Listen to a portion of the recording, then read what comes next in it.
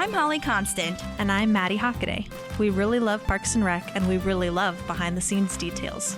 So we're researching everything from DVD extras like deleted scenes and commentaries, plus interviewing cast and crew who actually worked on the show. We also bring on guests and friends to geek out about everything parks. So join us, you tropical fish. This is literally the best Parks and Rec rewatch podcast. We're your park pals. There's a park and some pals, and there's also therapy too. Ready? Mm-hmm. Okay. Also, just FYI, I have Phoebe and RJ in here today because they just looked so comfortable, and I didn't want to kick them out. But also, That's fair. I talked a lot. Like I read out loud because I wanted to practice if Phoebe, because every time Phoebe hears me speak out loud, she's like fine when I'm silent, and then I speak out loud and she's like, I want to talk too. But she didn't. So I was like, let's just test this. But if you hear her, try it. That is what's happening. So okay, beautiful. Anyways, I'm sure they're glad that they're in with mom. Yeah, little babies. Okay, so I have a bit of a recap. So we're on the bubble, but I have quite a bit of recap from Road Trip. So John Sloman. Okay, welcome to Park Pals. Sorry, I didn't do that. Yes, here we are. Hello, welcome. Okay, we just have so much to cover. I feel actually in this one because there's just a lot going on, so I want to get right into it. But okay, the recap. So John Sloman, who was the committee guy who brought up the raccoons, did send in his voice memos, but they were after we already recorded. So I kind of just stuck them in there. And so if it was choppy or if it felt weird after that we didn't comment on him or anything like that, that's why. But I just wanted to make sure that they got into that episode because that's what we were talking about. But first of all, I just wanted to thank him. But secondly, I wanted to say how awesome they were. Like when they talked about he talked about Adam Scott's head being really big, like physically, not ego-wise. And I was like, I'm glad he clarified. Really funny. You said what? I'm glad he clarified. Yeah. Oh, yeah. Well, it was just funny to me because I've said that before too, like with TV, actors and film and everything. I don't know if it's because they're on our screen as so small or whatever, but I remember when I saw Jimmy Fallon live in LA when he did his LA show, for the Tonight Show, his whole body looked so large, including his head. And I was just like, this is so wild because you look so much bigger. But obviously, I guess it's just shocking to see somebody in real life versus on the tiny screen. You know what I mean? Yeah. That's probably. Yeah, but that's probably what it was. Plus, he also said he had the joy of getting to improvise with Amy Poehler, which was nice. Also, he said, I haven't watched it. Everyone's raving about it. But the show The Last of Us is on HBO, and Nick Offerman had a scene in it recently. So if anyone watched that or has not watched that, go ahead and do that. I have that on my list. Yeah, I read something that said that he almost passed it up, and then Megan Mullally read the script, and she handed it to him and was like, well, I guess you're going to Calgary. So have fun, buddy. And just kind of gave the push. I read that in an article, so I'm not saying it's 100% true, but if the article's true, then it's true. Yeah. My brother says it's good, and it's off of a video game. So yeah, I've heard rave reviews about it, and it's cool to see Nick Offerman in a serious role. And I've seen trailers of him. He's been in many serious roles after Parks, and he's so good at it. I mean, I can't say I've watched full episodes of what he's been in, but I've seen clips of what he's done, and I'm like, oh my gosh, good for you. He was in The Founder about McDonald's, how McDonald's came to be. He's one of the McDonald brothers. Oh, okay. And I really liked him in that. He did a good job. Yeah, he was in another Hulu show that I can't remember the name of, but either way. Great job. I mean, he was a serious professional actor before Parks too, so I mean, I get it, but it's just interesting because obviously we all know Miss Ron Swanson. Anyway, also Mando is the main character in Last of Us, so that's really fun, and I can't remember his name. Pedro Pascal. We love Pedro Pascal. Yes, that's it, and he's going to be on SNL tonight. So just FYI. I'm so excited. Well, we're recording this on Saturday. He would have been on SNL last week. Everyone, okay? Yes. Which crossover because the last person was Aubrey Plaza, so full circle. Yeah. Full circle. All right. So if you want to follow John Sloman, who sent us those, who is the committee member, he is at the John Sloman on Twitter and Instagram. I did tag him on our last one. So, go ahead and listen to that. Oh, and then, oh my gosh, Rene Pena, great voice memos. Rene Pena was the one that was the committee member with John Sloman, and I'm going to play hers for you because she sent in some wonderful, wonderful voice memos, and she was like, I've never done this before, so I don't know if it's good. And I was like, That's oh my cute. God, they're perfect. This is a side note. I'm super jiving on your shirt. Oh my God, it's the Grinch shirt. It's Yes, I love it. it's pajamas. I'm here for it. I'm so still in my sorry. PJs too. Oh my God. These are the ones that my mom got for me, and Brooklyn and Brett, and we all are matching, and it's really funny. Love it. So the first one, obviously, I asked her about her audition and how it was to audition for the show, how she got her job, and this is what she said. So I got the audition through my agent. Dorian Frankel was the casting director. I went into her office in Hollywood. It was the first time I'd ever auditioned for the show, but I was familiar with it. I loved it. I loved doing comedy.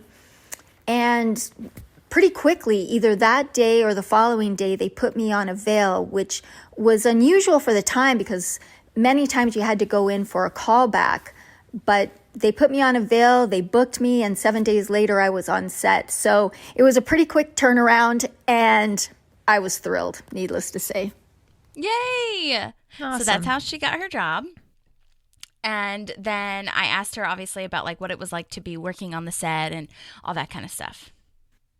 It was a relatively long day on set, mostly because there were several scenes and setups scheduled to shoot. I can only remember 3 now because those were the 3 I was involved in. But my second favorite part of working that day was the location. It was this beautiful historic building on Lucerne Boulevard owned by the E-Bell of Los Angeles. It was just a gorgeous building.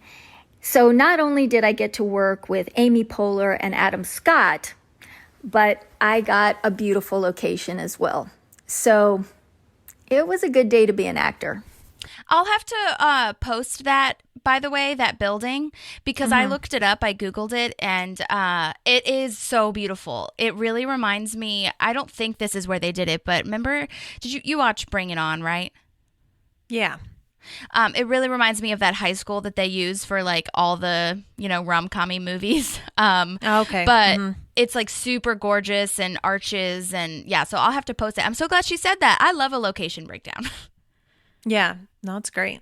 I'm not concerned that I don't know why I was going to say that.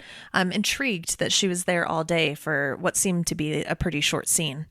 But I guess she just was having to wait. Technically she had 2 scenes because she comes out and says the delegation from Pawnee, and apparently she said that she had, I don't know if she says it in here, but they had to like turn around the scene, or like turn around the set and fix some stuff. So yeah, but yeah, usually the guest stars are saying that like, they're there for like 2 hours in the end, but yeah. Right. Yeah. So it's interesting. Okay. Then I asked what it was like to work with Amy Poehler and Adam Scott because she had some scenes with them just like John Sloman. And here's what she said. Well, watching Amy Poehler and Adam Scott work was a masterclass.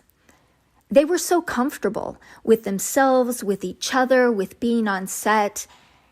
And they were having so much fun. There was such playfulness about them, kidding with each other, joking around, and letting creativity come out of that joy, of that fun, of that sense of play. And it was just a blast watching them work. It was a true lesson in trusting your talent. I love that. I love that too. I think there's something to be said really like in any career when you hit that point where you're just comfortable, like, and you found your groove, like that's really cool. I mean, I'm sure Amy found that like long ago because she's been in comedy, many years before she did this show, but just to hear that you could see the comfortability like in her work, it's really cool. Yeah, well, and just like in any improv scene too, I mean, your scene partner is everything. So, or not everything, but is like 89.99% of everything. So like if you can be joking around and finding that ease with someone, that is just, it's a game changer. Yeah, huge.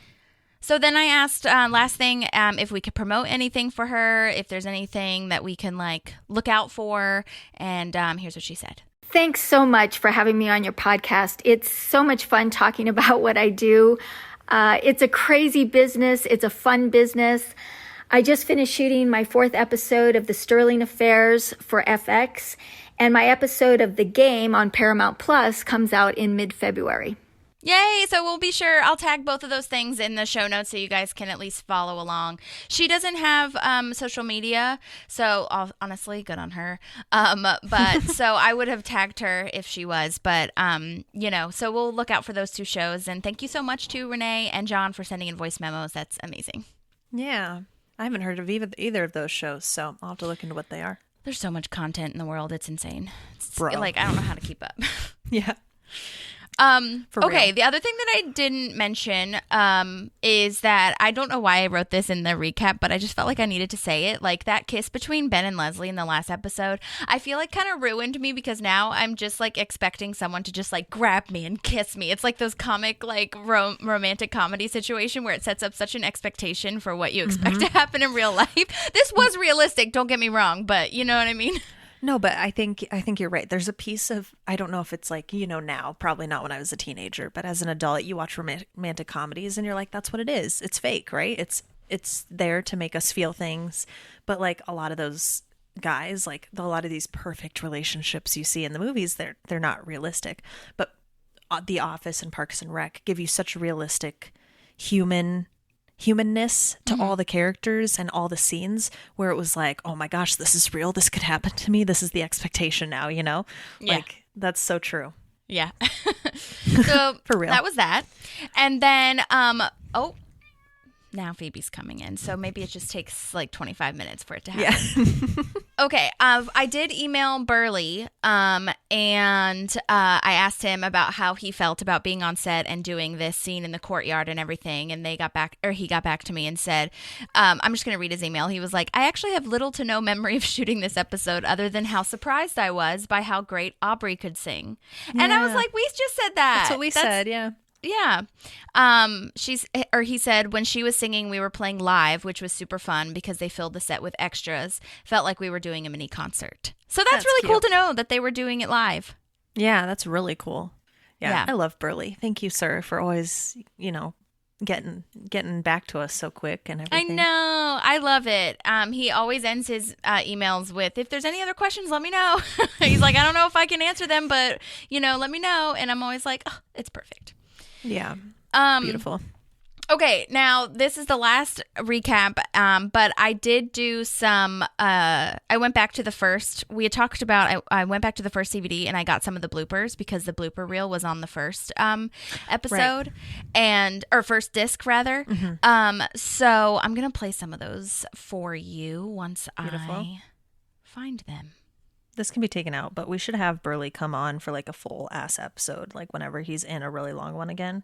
Oh, yeah, totally. I feel like he would enjoy that. Yeah, I'll definitely ask him. Okay, so the first one is from The Fight, the Snake Juice one. It's John Ralphio and Tom doing Get That Paper. Love to stay and chat, but we got something to do. We gotta get that paper. Slow it down. Get the paper. Fast. Get that normal now. Get that paper. Slow it down. Get the paper. Really slow.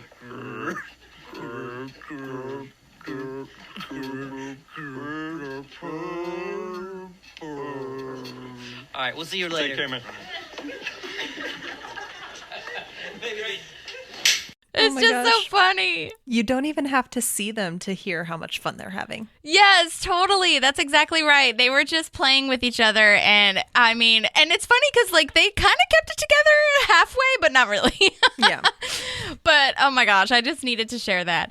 And then the last one is like super like funny and just so weird. Chris Pratt weirdness happening. I just want you to hear it. I won't even try to explain it anymore. What episode is this from? Oh, this is from The Fight, the Okay. same one, and it's Janet Snakehole and Burt Macklin. Love it. Look what you're talking about. do that again. What were you talking about?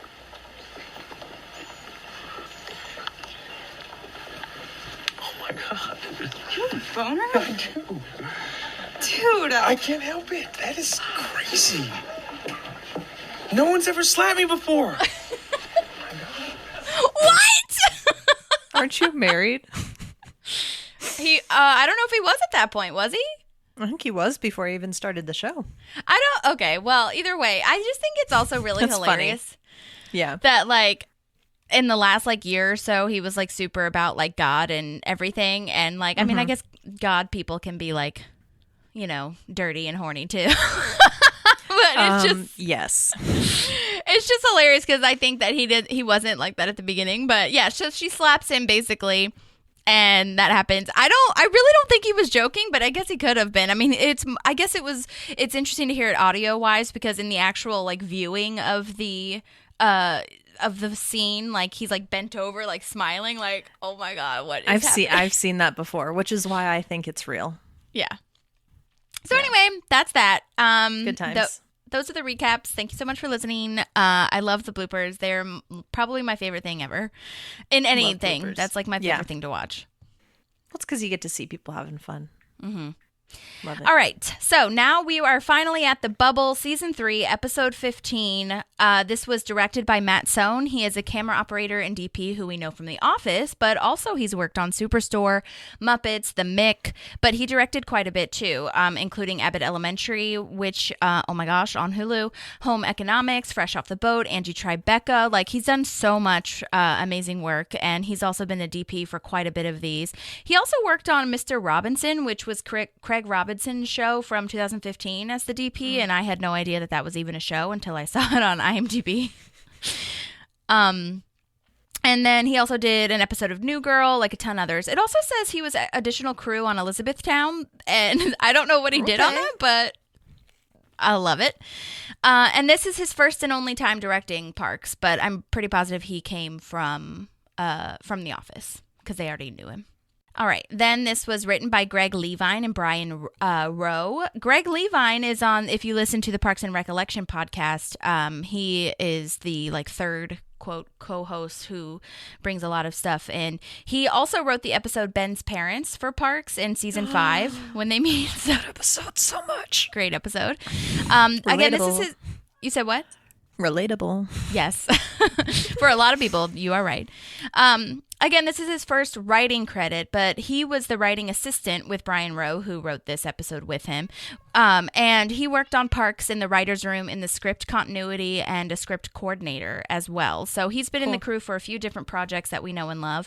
But that's what his main thing was for Parks, was working on the script quite a bit, like in the writer's room with them. Apparently he was a casting assistant for I Love You Man with Paul Rudd, which I had no idea. Great film. He was there too. Yep, Rashida's there too. And he was a production assistant on The Office and ER. So that's cool. Good deal. And I'm going to put Phoebe away because I can't handle it. Okay. I can't even hear. I love you so much. Goodbye. Okay. Then we have Brian Rowe, who is the other writer, who kind of has a similar path. He's also a script coordinator, but he was a writing assistant as well with Greg Levine for Parks, and this is his first writing credit as well.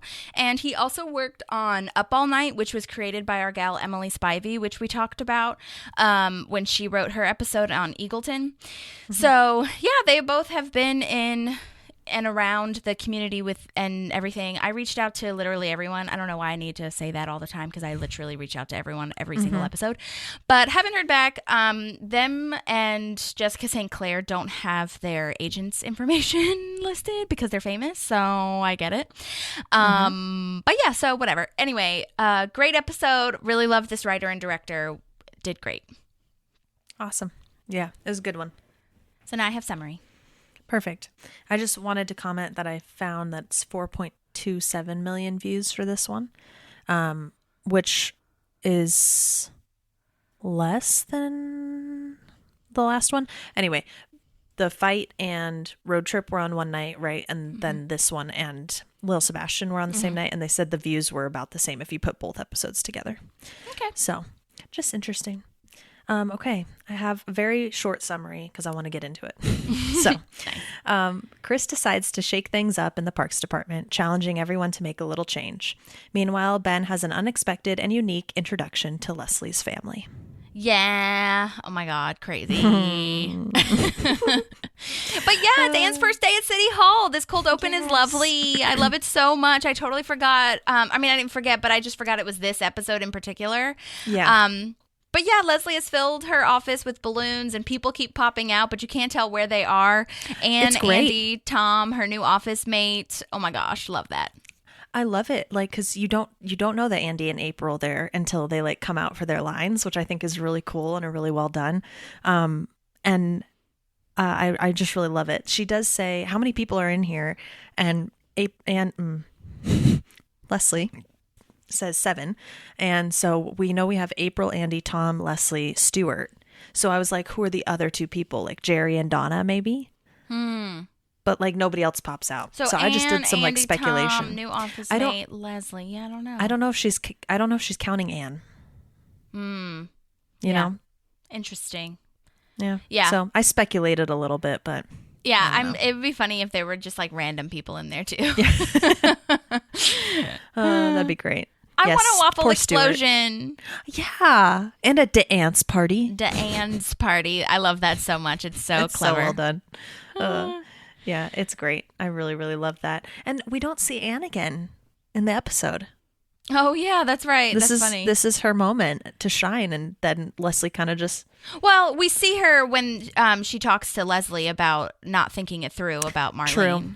True. But I think with the cold open, I was like, this is going to be a thing. Like, but it's more a thing in the next episode. But yeah.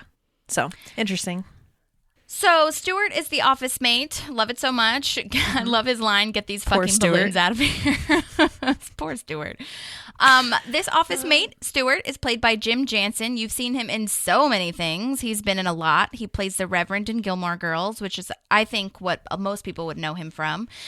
He was also in Water for Elephants. He has done a ton of short films, one of which he won an award for.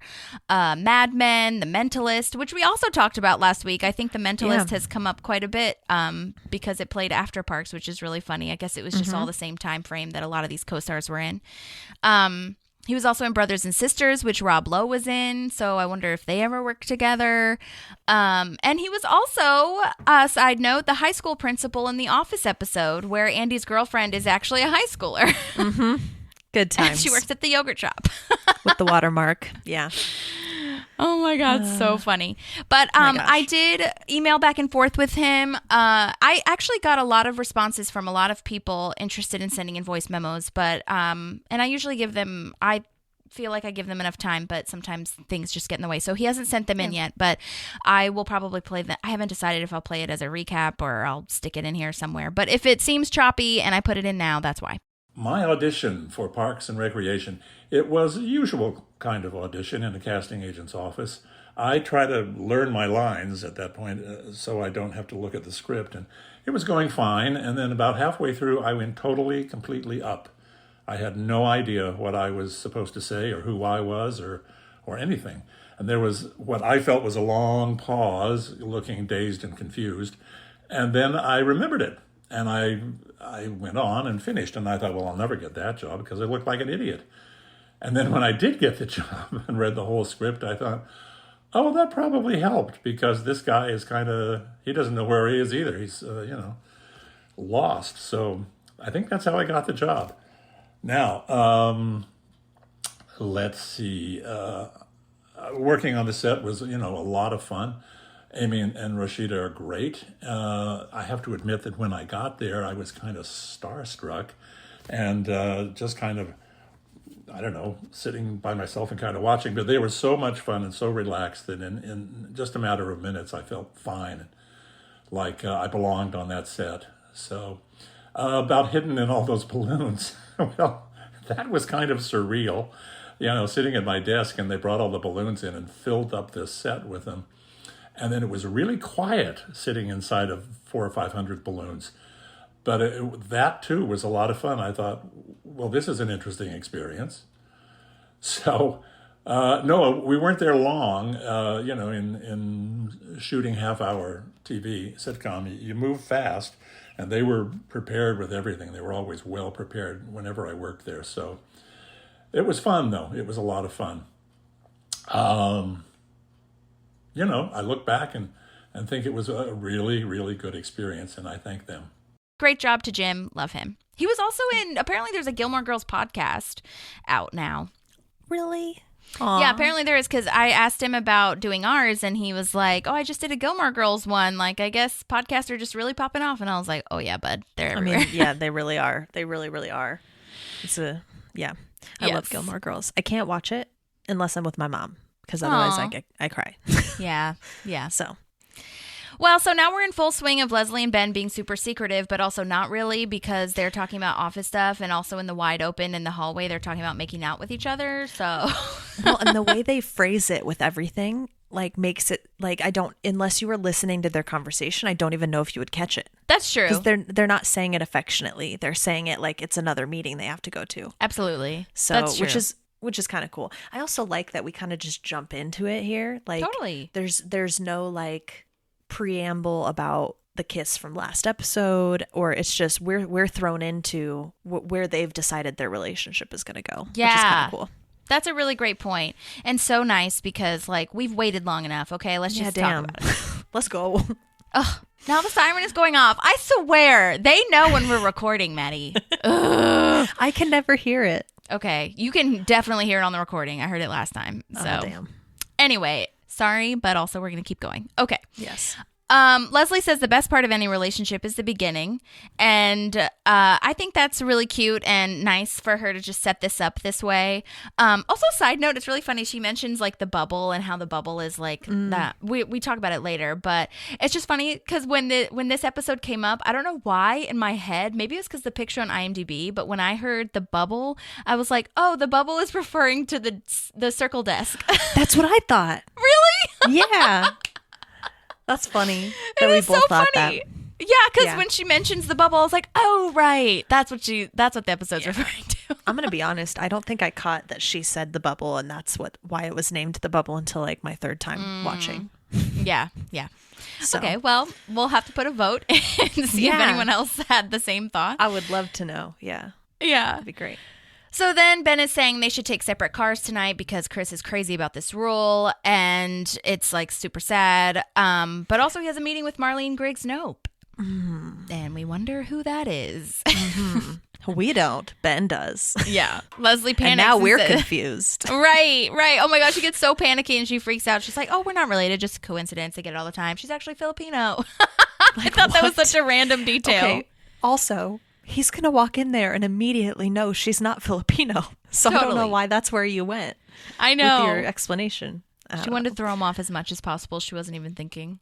Yeah. Where are they going tonight? We don't really ever know, huh? They're talking they got to take separate cars. I don't know. Yeah, there was no deleted scene. I wondered that too. And it also made me wonder, so why didn't you take separate cars to the convention? But whatever. Oh, yeah, also could have been an option. Yeah. No, but that wouldn't. I get it though. Why it didn't make sense for them to do that, because it was a long drive and blah blah blah. And now they're actually dating, so now they're really gonna make out. You know, like it's out in the open. Yeah. No. I think also if you go that far for your company, I'm pretty sure the government paid for their gas and shit. Like they're not gonna do it for two people. Yeah. You know, they're gonna be like, no, drive in the same car. Yeah. Save us money. So now this is where Leslie is talking to Anne in Anne's office, and Anne is, being herself with this voice of reason. I really love that line. I think I need to adopt this line to like what I want to say to people instead of just saying nothing, of like, Leslie, I'm sorry, but I don't think you thought this through. Yeah. I just love that. I love it. It's very kind, but it's also like, what the fuck are you doing? You know? No, I felt this line was like as a symbol of where our relationship is now, where we will say the honest thing while still being respectful of the other. But I feel like in a lot of my previous relationships, and even in the beginning of ours, maybe like I would have sugarcoated it, or, you know, like, oh, I don't want to hurt their feelings. Like that's kind of just who I am. And it was like, no, it's okay to tell your friend, hey, this isn't rational, in a very sweet, polite way. And she's right. This isn't rational. Leslie, what are you doing? I don't understand. I do like the sentiment, though, that there's no room in here for Chris and my mom right now. I love that. Definitely. Because especially in that beginning, you know, the beginning of a relationship, I feel like we're all kind of closed off to hearing what anybody has to say about it, because we're like, I'm still trying to figure out what it is. Like, I don't need other people in here. Right? Yes. So, yeah. Yeah. I also love how far she goes off the deep end of like all these random ass things, and it continues throughout the whole episode getting heightened. Where I love she's it. like, Leslie says she should get her mom a ticket to London so they never have to see each other. One-way ticket. One-way ticket. I Plus, love she this. gets to visit mom. Right, exactly. She gets to go see London. But then Stuart comes in, and I just love this line of, could you give us 45 minutes instead of 5 minutes? Like, or instead of 2 minutes or whatever, 45 whole minutes, please. Yeah. And does Anna have that time for you, girl? Like in the Great middle question. of a work day? My goodness. But I love it. I love that. I just love Leslie. I also feel really bad for Stuart, because I'm like, you poor guy. And it's your office too. You're right. And you can't be in there. This has got to be why Anne has an office to herself next time. Yeah. He puts a complaint in. Yeah. I don't know. We'll see as we go through, but I actually really love his line of get these fucking balloons out of here at the beginning. Oh, it's I great. think he did such a good job. And then this like attitude that he has now is really nice too. So I don't know. It might be my fave. I don't know. We'll see. Love it. So now Chris is having meetings with everyone in City Hall, and he wants to switch things up, and he thinks everyone is more capable than what they are doing now. And woof, it is Jerry.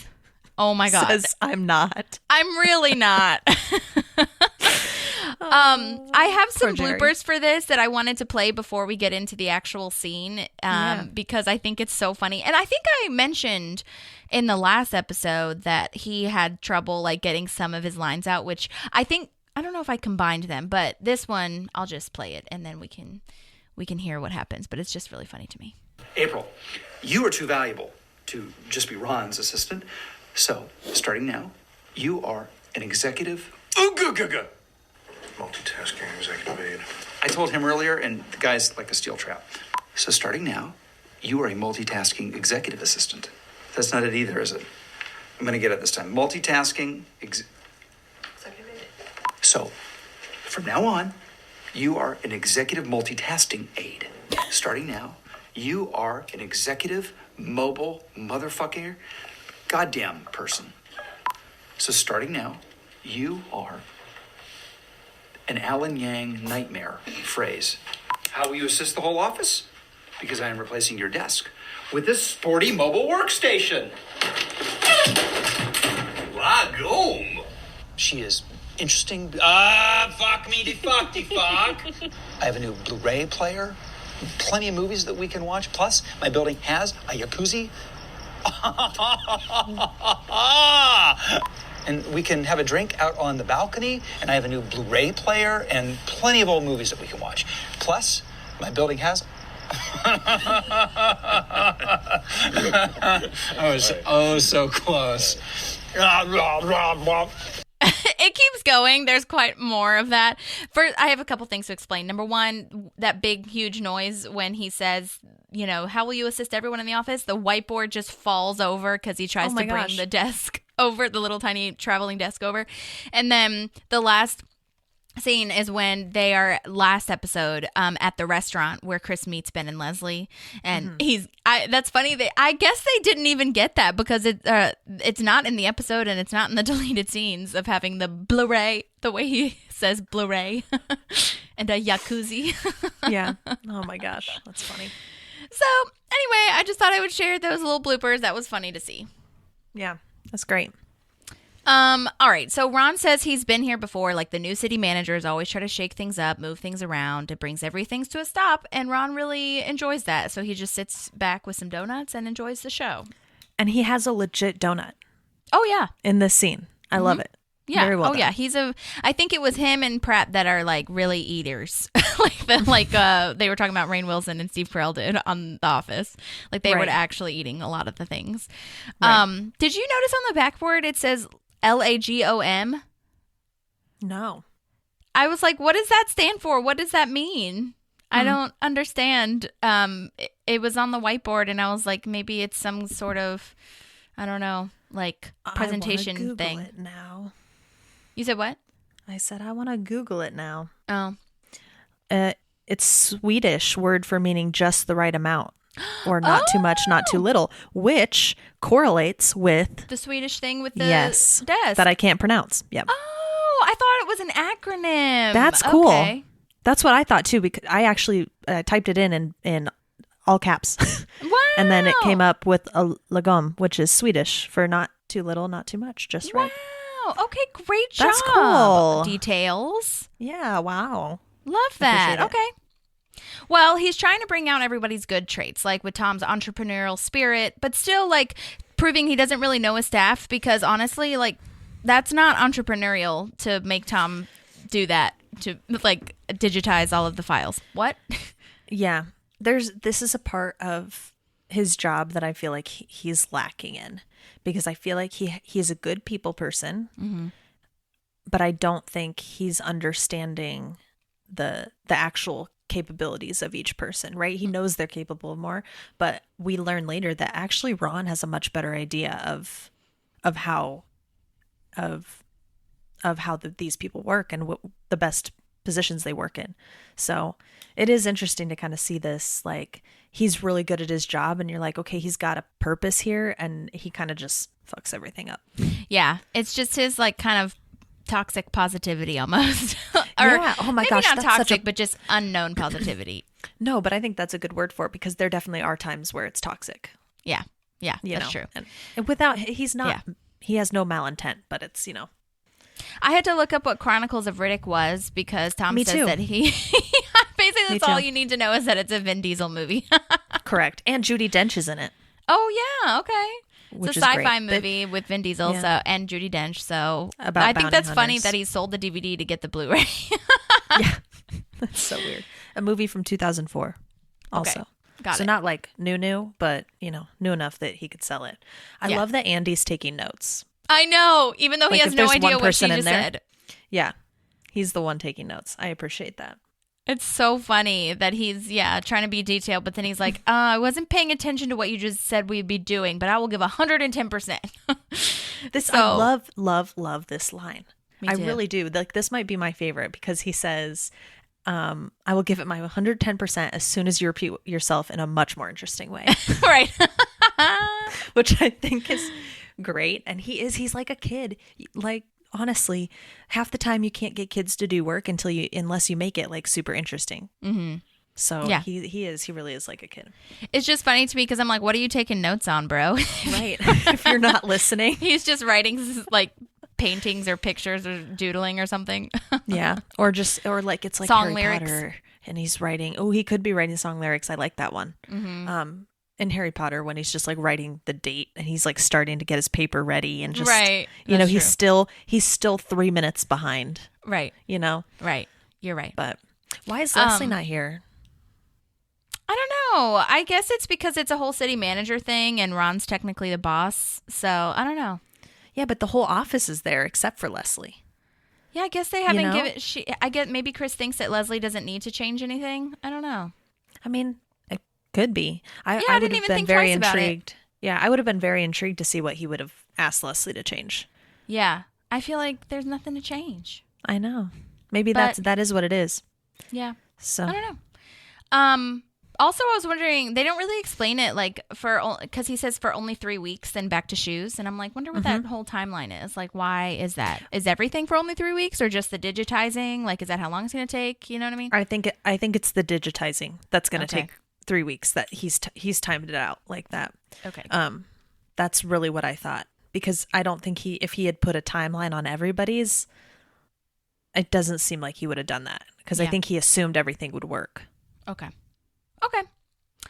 Well, now Leslie's coming clean about her mom, and she spills coffee on Ben, gets him all panicked, and tells her that it's actually, she can be kind of a bully. And oh my God, I can't imagine. That is so awful, going into a meeting with that like chaos and anxiety right before. Yikes. I would have told him after. I would have been like, you know what, you're right. I do have to tell him, but he's already going in there. And I'm not going to have enough time for him to process this, so I'm going to wait. But she's like, I got to tell him before he goes. And so it's just a shit show. Which I think is the total, I guess, epitome of what her mindset in this episode is. She's not thinking through anything. She's just like, oh, okay, I have to tell him this. Or no, wait, I have to do that. She's not thinking through anything, as Anne said. She's just saying things. Yeah. No impulse control. Right. Yeah. Oh my God. Yeah. And the meeting is so terrible. He just caves and gives her the school buses that she needs. I'm Mr. Ben Wyatt. Which is so not Ben. Like, I think what I wrote here is that he's trying to be Chris and Ben at the same time. Yeah. Because he does say that, of course we'll give it to you. Actually, no, we can't. And like, he can't find the balance in himself because he's so rattled. Yeah. That's so interesting. So, it's fascinating. And Pamela Reed comes back and we love her. She's perfect as Marlene. I love her so much. Oh, she is. She's absolutely perfect as Marlene. Do you notice that the coffee stain is like completely dried and like not splattered? It's one like big chunk of coffee stain on his shirt. Yeah. Yeah. Like, and he was supposedly it was just spilled on him. Yeah. Oh, that's interesting. So, yeah. I could see it being one big splotch, but it being dried and everything is probably not great. Yeah. Oh, well. Oh, well. So. Ron comes in with more donuts and sees this circle desk. I wonder if Dunkies. I wonder if Duncan had to be cleared because it's not generic, No. So that was that's a great question. Yeah. I'm sure it did. Okay, this is where the Swedish name of Jämställdhet comes back. Sorry. I just remembered that Meg Schur went to Harvard, right? Uh-huh. I bet you that's why he chose Dunkies over like maybe. Krispy Kreme or something. Maybe it was a little nod to Boston. Maybe. Could be. Sorry, my heart's trying to find sentimental things because I love Dunkies. I know. People are going to hate me. Love their donuts, can't deal with the coffee. Sorry. It's really inconsistent. So the way we say it is it's not Dunkies if you're not sure it's going to be hot or not. Or just water. It's just, or just water. Yeah, some days the coffee's really good and then sometimes it's just really not. Yeah. But I think it's the sentimental piece of it for me. Yeah, totally. So. That's fair. Yeah. Okay, yeah. So the Swedish name of Jämställdhet, or equality, this is a real word that Chris uses, like we talked about for the lagom, I guess, that we found.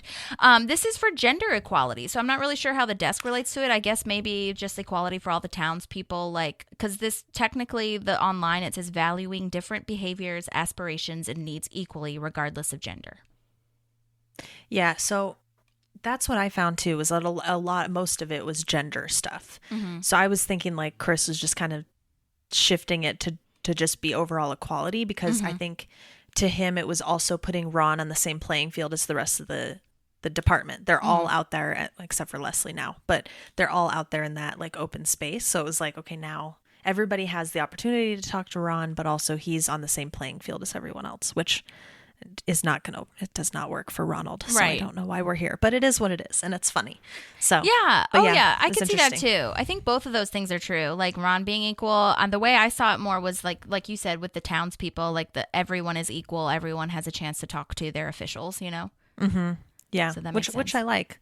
I love Donna's face. Oh my God, it's so good. I wrote that too. Annoyed. Every time Chris talks, she's just like, shut the fuck up. Yeah. Yeah. She's over it. Oh my God. Apparently this desk was also really hard to shoot and like be with the angles of how to capture all of it. It's really funny. I bet. Yeah, that's got to be difficult.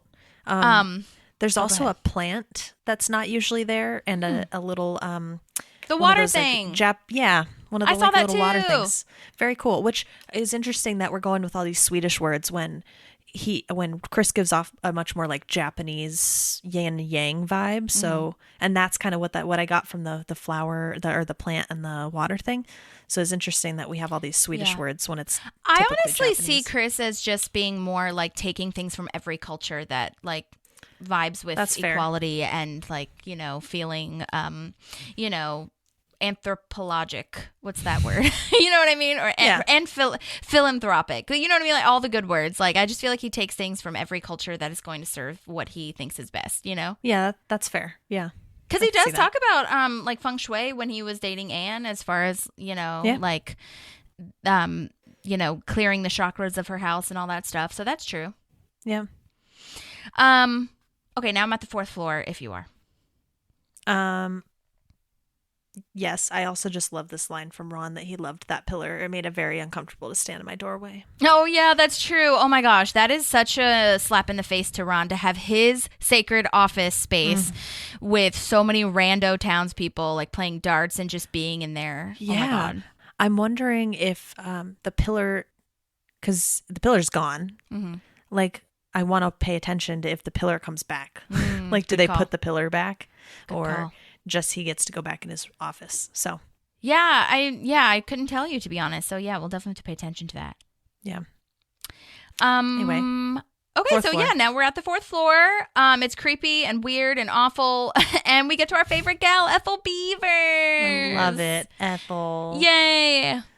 Rest in Tom peace. says that it's freezing and humid at the same time, and I'm like, that's a thing. That's how snow happens. But I guess he means inside, which could be uncomfortable. Yeah. So well, I'm gonna do a tiny little deep dive on Ethel Beavers. Please Her do. name is Helen Slayton-Hughes, and she sadly passed away last year. It was just last year, so she's stuck with us for a very long time. Aubrey Plaza and Adam Scott together posted about her. They both had posts about how great she was and how wonderful it was to act with her. What a treasure and a treat that she was, especially in this role. I looked her up, and apparently she was born in New Jersey, and she is part of a whole family of performers. In fact, one of her cousins first removed is Peter Dinklage. So okay, that's a thing. I've never known what that means. First removed. I know. See, I'm wondering if like they got divorced and then like they're not technically cousins. Like, is it through marriage? It could be through marriage. You know what I mean? That's always what I thought it was, but I've never known. We'll Google it. Yeah. Her whole family was in theater shows, musicals. Her uncle was in the Ringling Brothers Circus. So that's pretty cool. She got a bachelor's from Syracuse University and a master's in communication from RPI, which I don't know how to pronounce this. It's really wild. Rensselaer Polytechnic Institute. Anyway. She spent 40 years doing community theater and regional theater, and then she was cast in a San Francisco show called Nash Bridges.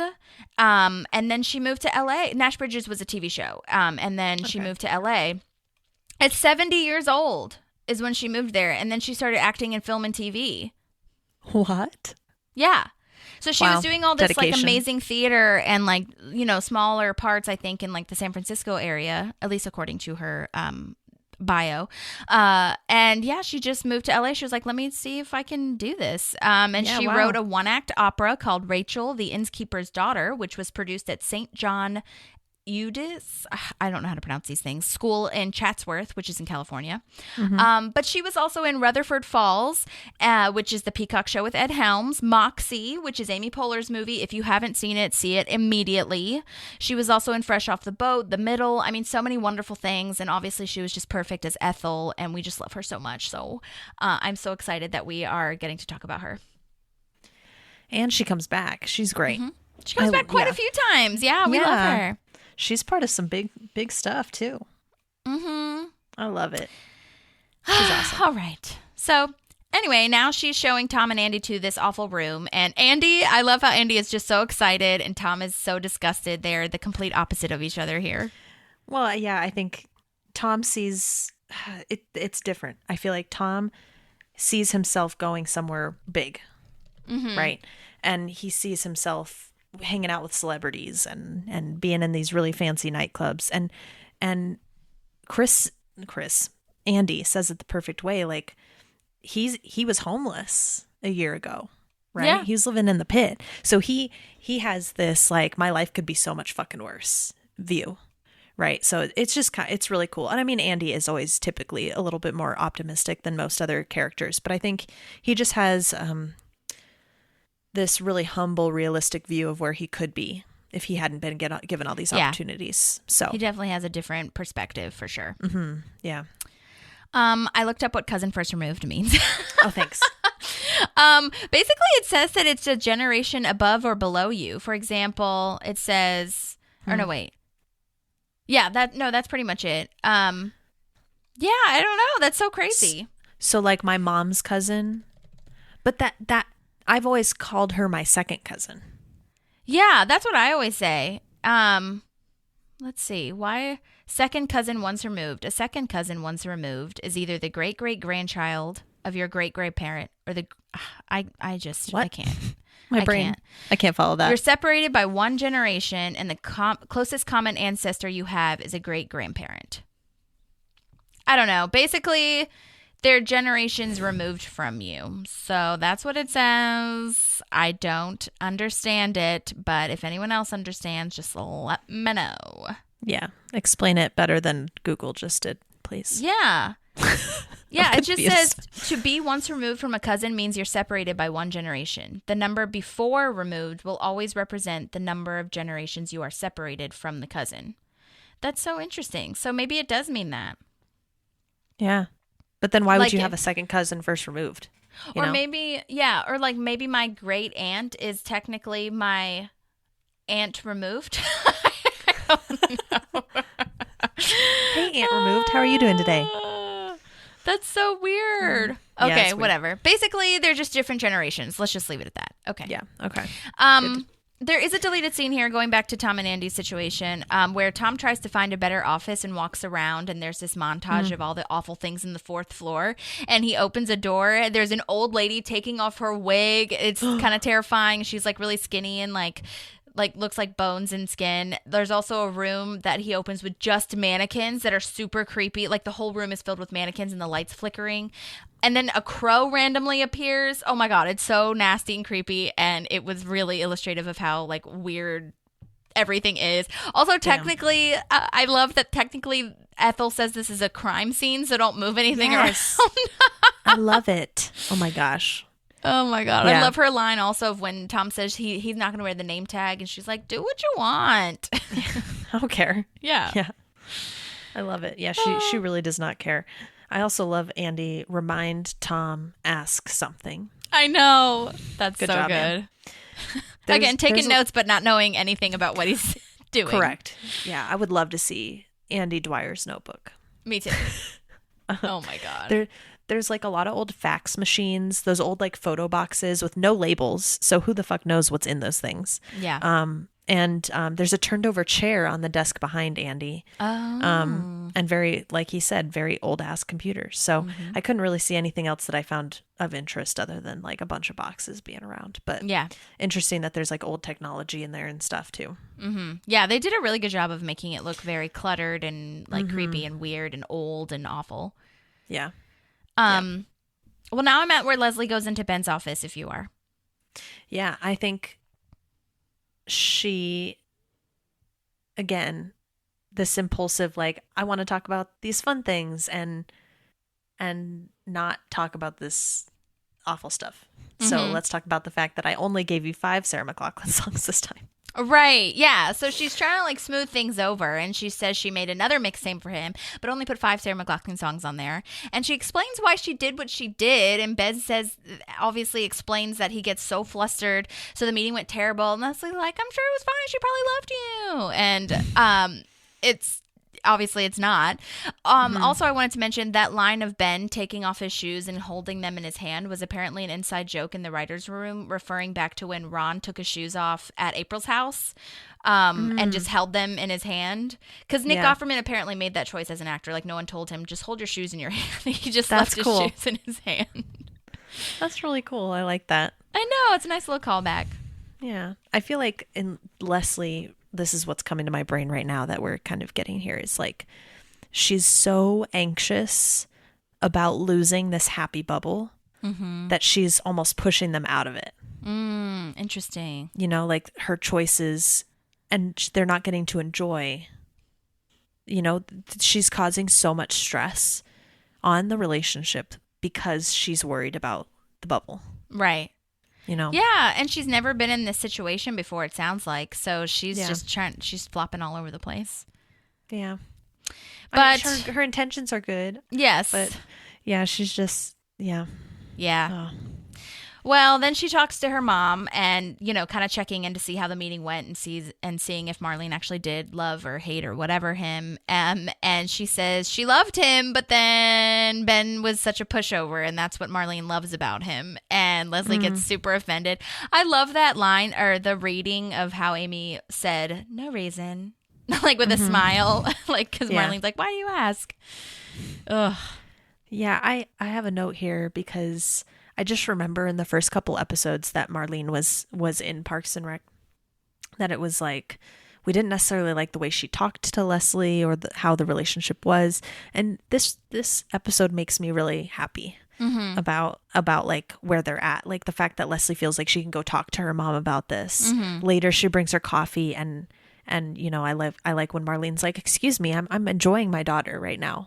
Basically, that's when I hear that, like, I'm having coffee with my daughter. That's like I'm wanting to give her my 100%, and I just love this shift of this relationship. And funny that we mentioned Ben's parents earlier. Like, we get to see a little bit more of a step into that in that episode too, which I love, because I feel like I was really sad in the beginning when it was like, oh, Marlene's being like rude, and you know, so this is cool to see. You kind of forget that she was such a hard ass. 100%. Like to Leslie particularly. Yeah, I think the reason I remember is because we analyzed it in the podcast. And now I'm sitting here like, oh my gosh, it was like 6 months ago that we were talking about how shitty she was being. Yeah. I will say that when she says that line of like, I'm enjoying like having coffee with my daughter, I feel like 20% of that is like, I have to show this guy how like not important he is. And it wasn't all 100% like, I need to be with my daughter. Although maybe it was, I don't know. That's just the way I read it. But no, it's still very sweet. Yeah. Okay, so now Ben is worried that Marlene's going to tell everyone that he's a pushover, and Leslie says, "That's no problem, because when I first met you, I thought you were a fascist hard ass." Which is so true. Cute. A cute fascist hard ass. Yeah, it's almost like, I don't know if it's Pawnee or Leslie is like doled him out, or kind of like we were talking about earlier, like he doesn't partner with Chris on everything now, so he's kind of balanced. He's trying to balance himself out because he's not as much of a hard ass as he was when he first came. I just don't think that we see him because being a hard ass, because he hasn't like he hasn't had any situations that we've seen. The audience hasn't seen him reacting to any other departments. You know what I mean? So I don't. That'd be cool to see. Yeah. So I think he still is a hard ass in my, like, as an audience member. I think he still is a hard ass, but with Leslie, he doesn't know which way's up or down because of this whole Marlene situation. Yeah. So, but yeah, it would be cool to see him interacting with other people and seeing how he's still a hard ass. No, I do agree that you're right as far as, you know, he's probably like lessening, especially after the last episode with him saying Pawnee is special. But I still think he has an edge, you know? Yeah. No, I agree. I think you're right. That's a good way to look at it. Like, we're not getting to see the full scope of his position. Mm-hmm. So this gal comes in and says that the education department is now requesting 10 buses because he's a pushover. So they're going to try to take him for all they can. And this gal who hands Ben the paper with this request is named Tammy Diadio, and she was an assistant to Morgan Sackett at the time, who was a producer on the show. So it's really cool. And she's also a producer herself, and she was additional crew in a lot of things, but she worked very closely with a lot of the parks crew. So that's really cool that she got to come on. She was also assistant to the producers, in The Mentalist, which is wild. Again, that's coming up. Californication, Criminal Minds, Rent, as an assistant. And then she was a production assistant as well, and an associate producer on The Good Wife and Brain Dead, which is a show that I wasn't familiar with before I looked at IMDb. But yeah, this is the only thing that she acted in, apparently. So I'm guessing it's kind of like The Office and Parks, where they kind of come in for a one-off situation if they're part of the crew. You know what I mean? Yeah. So it's really cool to see that little Easter egg. That's awesome. I thought she did great. That is cool. Yeah. No, yeah, I loved it. And now it's chaos. Yeah, now it's chaos. Ben's like, tell me everything there is to know about her, and we are going to have it out. And then again, this is where we go even further, where Leslie suggests, let's go to Belize and go scuba diving and look at the whale sharks. Yeah, because that's better than us handling our problems. You're certified, right? Let's get you certified. Yes, and I love this callback because Leslie's already certified because she talks about a bad date with the Bens. With the Bens. And whale sharks is what, the only reason I know this is because I swam with whale sharks, because I remember Justin talking in the other episodes, talking about how he swam with the whale sharks in Madagascar. Yeah. Great times. So lots of callbacks here. Oh, yeah. Good times. This is where we're back in the parks department, if you are. Yes. And people are playing with Ron's dartboard, which is awful. Ron is so over it and mad. So mad. Oh my God, his face is awful. Jerry's asking April for the usage report, and she's being so obnoxious, and everything's falling apart, and it's just terrible. And then our famous lady with the sun tea comes in. Yes. She's also the snail lady, right? Mm-hmm.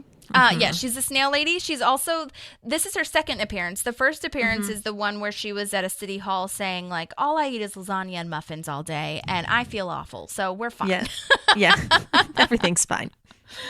But just as a recap for those that I'm sure remember, but just to explain a little bit more, she says that there is a sign in one of their parks that says that the sprinkler water is like, do not drink the sprinkler water. But so she made sun tea with it, completely oblivious to the sign, and saying now she has an infection, and she jogs around the circle, and Ron just keeps swiveling because he doesn't want to look at her or talk to her. And it is just so funny. I love that line. Are you listening, sir? Sir, excuse me. I'm talking to you. This whole situation. It's so good. It's so well done because it is a very like Pawnee complaint that we see throughout the series. But it's also like not a rational complaint. Yeah. But it's also not a rational response from Ron. Because he's... Oh my God. Nick Offerman's runs the perfect department. in this. Like, keeping his face so blank, but yet so angry at the same time. Yeah. Oh man. God. I would have words with that lady. Okay, so let's back up. What did the sign say? Okay. Right. So why did we think it was okay to make tea with it? Also, I can't. Like, visually, I'm imagining, she said sprinkler water, so I'm imagining a sprinkler is going off watering the lawn, and she's like putting a pitcher over the sprinkler to get the water. What? I didn't even think about that. That's hilarious. That image is just so funny because she just totally would be the person to do that. Like, yeah, it's just so funny. Yeah. In the first episode that she was in, I did look her up, and I couldn't find any information on her. But I will say that her name, as a reminder, is Sarah Von Horn. Like I said, it was in the Sweetums episode that she was in last in that town hall. But she's in 6 episodes total. Like you said, she does come back. But she was in Runaways, Grace and Frankie, Grey's Anatomy, Scandal. She's been in a lot of big stuff. But the last thing, I don't think, maybe I said this in the last episode, but I didn't remember that the last thing on IMDb that she did was in 2018. So I don't know. But it was funny, and I loved it, and I'm glad she comes back. Yeah, that was good. Good stuff. So Leslie's now trying to teach Ben about Marlene. It's not a meeting, it's a battle. Yes. Yikes. Which, Hello. I Wrong. mean, accurate. Yeah. Is the sound in dumb. And now you've I crossed your love legs that like line. a woman. This is all like, it also gives you like a vision into how Leslie was raised. I thought that too. It's wild. Yeah. Like you don't really think a lot of like what made her who she is. And this is like, okay, this is the lady who raised her. Mm-hmm. And yeah, so it's very interesting to see like she knows all this stuff like because her mom was like kind of a hard ass herself. Yeah. Totally.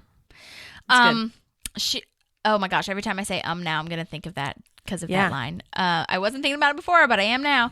All right, so Leslie gives Ben a list of 100 conversation topics. I had to look up what Deliverance the movie is, to be honest. I feel like I look it up every single time because I'm just not sure, and I've never seen it. Have you seen it? No, I have not. Okay, well, For the rest of us that haven't seen it, it's a 1972 movie where a group of guys go to escape their wives and jobs and go for a week of canoeing in rural Georgia. And apparently, when they get to where they're going, they are not welcomed by the locals. In fact, they are attacked. And when they're ambushed by the people and rapids trying to get home, it becomes a story about survival. And that's very fascinating to me. I guess it seems very like war, survival, competition, very, hardcore. So maybe that is in line with Marlene. I don't know. It could be. I have no idea. But it's also from the 70s. So that was around probably the time that she was like grown up and stuff too. So I don't know. Yeah. Yeah.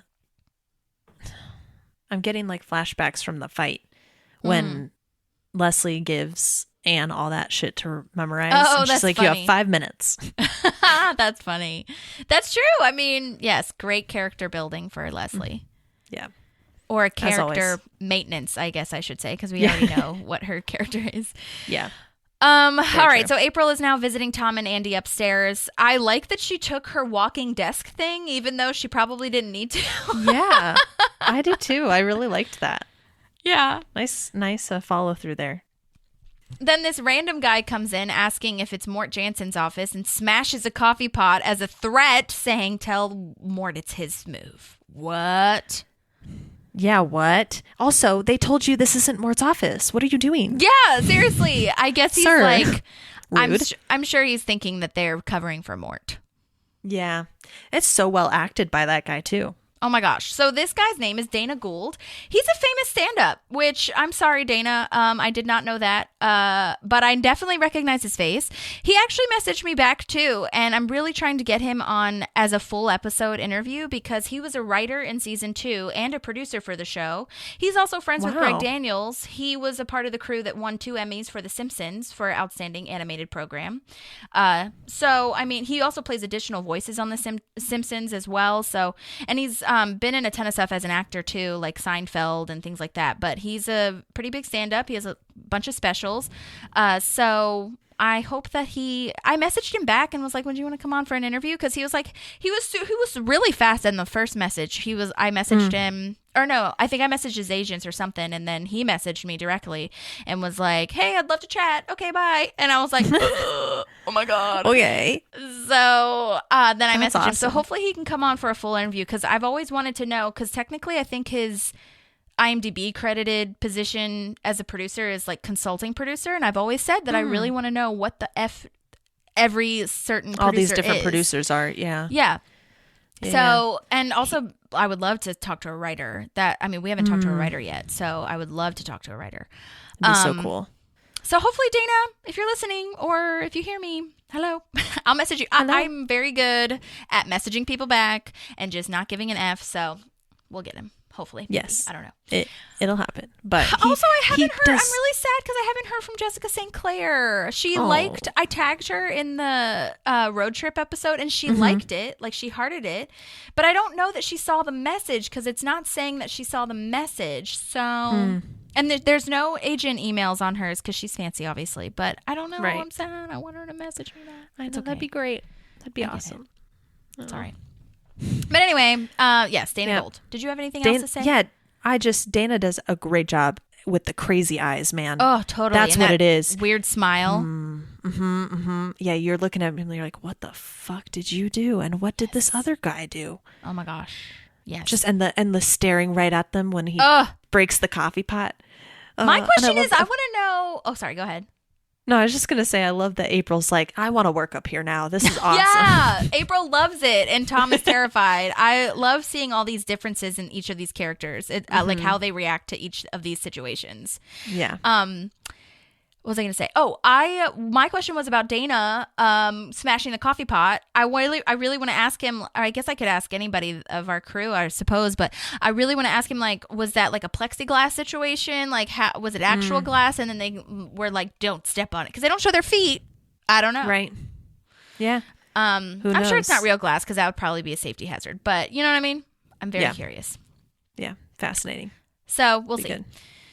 So now Tom is trying to schmooze these old ladies. Everything, well, really just Ethel at this point. everything goes straight over Ethel's head. I love that. Like, nobody called. I didn't get a missed call.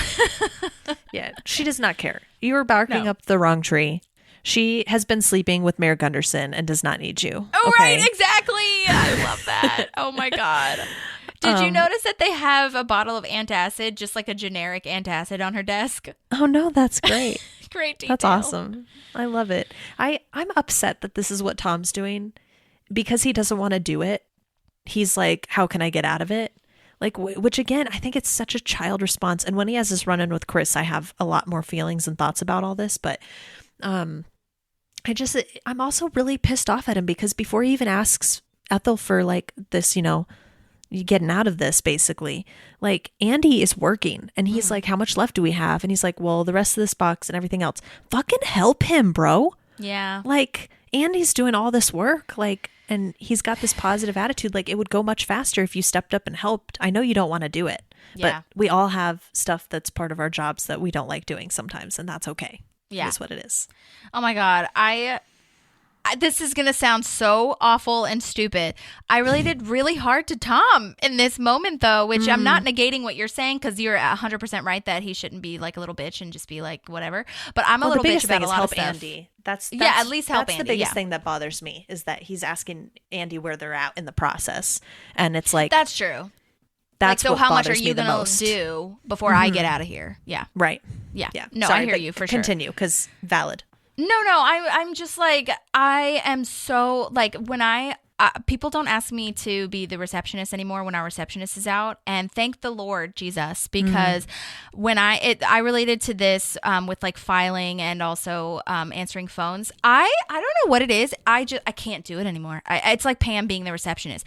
I will answer the phone in my own office while I'm doing my work every now and again, but I think it's because I've been a receptionist for so fucking long that I'm just like, I can't stand it. And people notice it too. Like, my whole attitude changes. I try as hard as I can to not, but my whole mind is like, I don't want to do this. I have been berated enough as a receptionist. I will not do this again.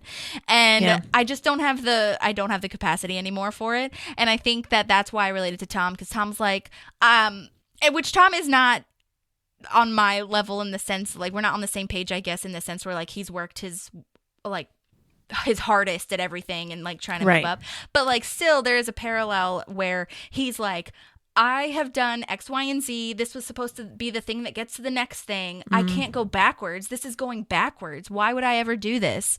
And so like what you were saying though is better, which that should have been his first thing, I think, is going to Chris and being like, hey buddy.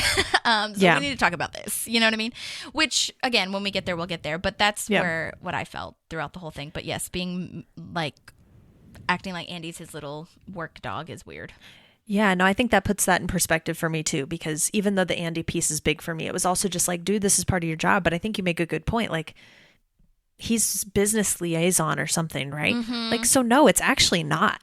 That's a really good point. Like, he's just been tasked with this side job, basically. Yeah. And it's not what he signed up for. Yeah.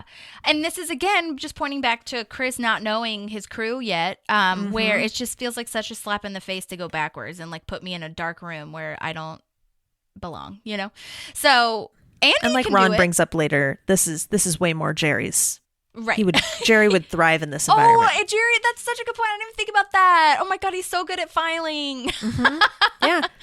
Yeah, and Andy and Jerry are both the right amount of positivity, like that they would have been fine up there together. That's actually so interesting. I never thought about that each of these tasks can be should done. Have gone to someone else. But they should have been flipped. Oh my God. Yeah, like Tom should have had Jerry's job. Jerry should have had 100%. Tom's. Oh, wow. Yeah. Andy could have been maybe, I don't know if Andy could have been I think Andy's in the right position. Yeah, but I don't even, it's funny because Andy, I'm almost like, maybe he's in the right position if Jerry's with him. To like double check the work. Yeah, fair. But anyway, Donna could have been in April's, but still that's bad because Donna would not be caught dead with that traveling nurse station thing. Computer. The IV station is what she calls it. Right. Okay, anyway, that was an interesting tangent. What a way to think about that. Okay, all right, this is what we do here. Yes. Anyway, back to Ethel and Tom talking. I love that Tom says, I'm going to go like jump out a window and plummet to my death. And Ethel's like, okay. I love it. Love this next little character relationship moment of Donna telling Ron, like, yo, do something about your boy because this will not work. Like, he's not like other city managers, because Ron's like, this will pass, whatever. And Donna's like, he's not going to give up. And I love that Donna has no qualms about standing up and, like, talking back to him, even though he's her boss. Yeah, but I think they have that relationship. Yeah, and I think Ron kind of creates that environment, because most of those people, other than Jerry, will challenge Ron. And I think that's a beautiful thing to create as a leader, because if your staff is afraid of you and is afraid of coming to you with these kinds of things, I don't think you're doing your job. Yeah. And it's a little bit of both, because Ron doesn't really necessarily care as much as you would like think a boss would, but he has his moments, as we know. But also Donna's personality. So it's both, you know. Donna's not gonna like let this stand. And to be fair, Donna has, I don't know if they've been there the same amount of time, but Donna's been there a long time. Like, she knows what's up. You know, like she gets her job, she gets this position, she knows what the fuck she's doing, and she knows that Chris is different. So I love that she has that moment of like, Ron, you have to do something because you're technically the boss. You know what I mean? Right. Right. And validating him, like, yes, you're right. Most of the times this washes over, but this is Chris. Yeah. And he's different. So I really like that. Have you seen those? Oh, go ahead. I think we're going on the same route here. Yeah, it's real. Yeah, it's not a prop. Ask that. Like, have you seen those? I have seen them before. Some of my friends who work from home, I've seen like little pictures of it. Or like, how? Yeah, I don't know. And they also make keyboards where your left hand goes on one side, like it's cut down the middle. The keyboard is like cut down the middle, and they're two separate pieces. And like your left hand goes on one side, and your right hand goes on the other side. And I think the one that Donna has might be similar in the sense where you're supposed to, like, it's hard to say this on an audio medium, but basically your wrists are not supposed to be like straight up, because that's not how they are. They're supposed to be like your arms are like at an angle, kind of, if I can and so like you would be typing like this as opposed to like this, you know, where your wrists are always in that like awkward, your hands are forward, position. Your hands are actually like facing each other. Exactly. So if they were like this, it's comfortable / not so hard on your body and whatever. So, but it's wild. Like, I'm sure you'd have to get so used to that. Yeah, that's uncomfortable. It's $275 also, by the way. Nope. Looked it up. Gross. Bye. Yeah. But yeah, anyway, I thought that was interesting, because I thought it would have been a prop that they just created it. I wonder if they found it one day and they're like, how can we work this into an episode? Oh, interesting. Yes, totally. Maybe they use it in Sweden a lot. Who knows? Ooh. Could be. Anyways, okay, yes. I'm glad that we were on the same page. Leslie's now talking to Marlene. She brings her a coffee by, trying to get her in a good mood. I love that calls she says her mommy. I know, that's exactly what I was going to say. She calls her mommy. So precious. It is. And also, I think if Marlene was tuned into it, she'd be like, all right, what does Leslie want? Yes. Yes. You know, because as an adult, if I call my mom Mama, like that's what I call her when I talk to her. But if I say Mommy, I think she's like, okay, what does she What's need? Going you on? know? Yeah. I honestly, this is going to sound crazy, I guess, but I still call my mom Mommy sometimes. Like, which I think is I don't know. Precious and perfect. I think if that's what you call her, that's what you call her. Relationship. Right? But I think mine would be the opposite. Mine would be mother. Mine would be like, hello, mother. Yeah. See, but that's what it is. I think if mommy is what you call her all the time, that's not going to set a red flag. That's who she is to you. But if you don't call her that, then mommy kind of comes across as like, all right, what's going on? Yeah, we're coming in with the sweet words now. Love that. Know? Yeah. Oh my God. Well, Ben just walks in and does everything Leslie said to do. He's confident. He's ready. He just sits down. I love that they set it up for Leslie to be there, kind of like a moral support. Me too. Yeah. Me too. Well, we cut from that, and then we go to Chris talking to this random person on the 4th floor, having this incredibly deep moment, and he has no idea who she is. Is it the 4th floor? Uh-huh. Oh, I thought that Tom went down to the main floor is what it looked like, because it doesn't look as dark and gross. Oh. Okay. Maybe you're right. Yeah. I don't know. We should. Floor. I should go. Yeah, let's. I would go back and look at it. I want to go back and look at it now, because the way it looked and everything. Although the fact that there's a girl crying, that's what tipped me off. I was like, oh, she's like going through something, and that's what it is. But you're right. Why would Chris be on the 4th floor unless like maybe they had scheduled a meeting? I don't know. Right. Yeah. Okay, we'll Let's have go to back and look at it. Yeah. Great call. But- Yeah, that's the only reason I thought I was on the fourth floor, because it was like Okay. this random person. Well, and that would make more sense to me because I literally have, why is this even in this episode? Unless he's on the fourth floor, maybe that would make more sense. That's what's brought him there, right? But I'm kind of like, we all know Chris is a really cool guy and he's really helpful. Like, I don't feel like we needed this. Interesting. Okay. All right. Well, this actor's name who played this lady is named Yolanda Snowball. She has been in Easy A. My name is Earl. I know, Snowball. Love it. That's her last name. That's what it says on IMDb anyway. So good for you, Yolanda. She was also in Danger Force, which is a Nickelodeon show, like a superhero type show, which is really cute. I looked at the pictures and they look cool. She was also in Jane the Virgin, a ton of stuff. I thought she did a great job, like regardless of if the scene was like needed or not to set up Chris's life. Like, she rocked it with this whole crying thing. There's no hope. 100%. Yeah. Yeah, I think she was great. But back to what we were talking about earlier, this is where Tom doesn't want to work in the fourth floor, so he's trying to talk to Chris to stop working there. I love his line of, I tend to work best with young, attractive people. Yeah. So dumb. Yeah.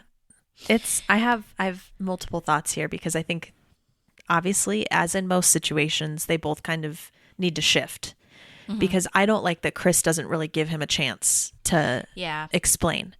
Chris kind of is just like, this is what I've decided. This is what's happening. Like, deal with it. Yeah. And I think Tom has a real reason for not wanting to be down there and for being upset. But there's not like a real conversation around it. So I feel like Chris drops the ball there a little bit. Yeah, Chris doesn't. Yeah, I agree. Chris is more just like, well, I set this precedent, so that's the end of that. Right. He even makes it sound like I made you a project leader. Right. Like a project leader over Andy, like the shoe shiner. Yeah. Bro. You know, it kind of like, I can understand Tom being upset by that. Yeah. But I also oh, go ahead. I also want Tom to come with more information. Not I work with young attractive people. Like that's not going to get you anywhere. Like come you have a valid thing going, right? If you're unhappy down there, come with a valid, I'm not going to be up there for 3 weeks, bro, because of this, and this, you know? That's so true. Yeah, so. I mean, I guess from a leader like ish perspective kind of thing, it could be difficult to like budge on things because like you wanted something to go a certain way and you want your team to like at least give it some time. And I guess it's been like what, 2 days maybe, if that. 2 days because Ben and Leslie are in new clothes. That's right. So yeah, it's tricky, but yeah, if this was real life, I would hope that both of them would have like more information and like presenting a solution. Like Tom should hopefully come with a solution in mind, kind of thing. Right. Well, and I would at least prefer for Chris to say, "Hey, I hear you. Give it to the end of the week. I don't feel like you've given it enough time." That's a good right. Idea. Instead of I'm I happy can't move about on this, that. bye. Right. Yeah, which is how it feels. Right. And if he was my boss, I'd be like, well, and I've been in this situation, right? Hey, get me off this team. I'm hurt. And it's been like, sucks to suck. Peace out. Right. Like you don't feel heard or respected by your boss if that's just kind of how it's handled. So, yeah. Yeah. It is well, what it is. I love this line. I don't know if it's my favorite. I have 2 lines highlighted. Okay. But I love, let your brain unlock the door to your heart's future. Oh. Which sounds like absolute nonsense. But if you really think about it, it's true. Like a lot of times our hearts are guarding us one place and our brain is rationalizing why we can't. So I actually really love that. Yeah. Yeah. So I like it too. I really do. It sounds like something that oh, go ahead. No, go ahead. I was just going to say it sounded like something that would be like on the side of a tea thing, like when Andy says the lemonade thing. Yes. Saw that on a bottle of lemonade once. Or can but I think it applies to life. Yes, like he doesn't know that saying already. Right.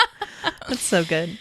What was I going to say? I like this gotta jam. I like that too. Oh, yeah. Again, with it's like very, what's the word? Just like. I don't have time for you. Yeah. Yeah. Dismissive.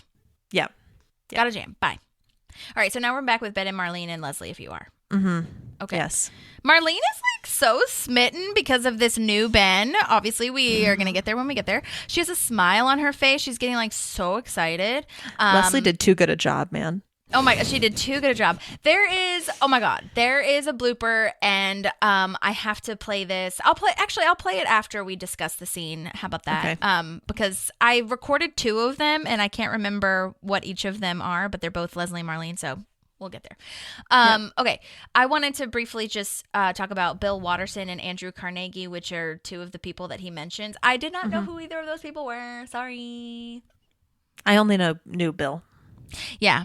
Well, yeah. So I knew what Bill did, but I didn't know his name. So fair. Yeah, okay. Like, I didn't know who that was. But anyway, Andrew Carnegie, to just go in a little bit of a deep dive for who these people are, was a Scottish-American industrialist and philosopher who led the movement in the steel industry. Don't know why Marlene is into him, but okay. If he was a revolutionary, then that would make sense. Yeah. You know? I can see that. Yeah. And then you can explain Bill Watterson if you wrote that down. Or I didn't, but I just knew he was, I think he's I don't know if he did the illustrations too, but he wrote the Calvin and Hobbes. Yeah, he was an illustrator comics. for it too. Awesome. So he did both. That's really all I knew about him. So I didn't look him up. Okay. Please. Well, I mean, I didn't proceed. I didn't really look up like a ton of stuff. I just looked up that it was in the 1980s/1990s. Also, it's funny because the reason I know Calvin and Hobbes, and this is awful, but not really. I mean, to my credit, it's not like I was born knowing that because I was, 0 years old when it came out. Correct.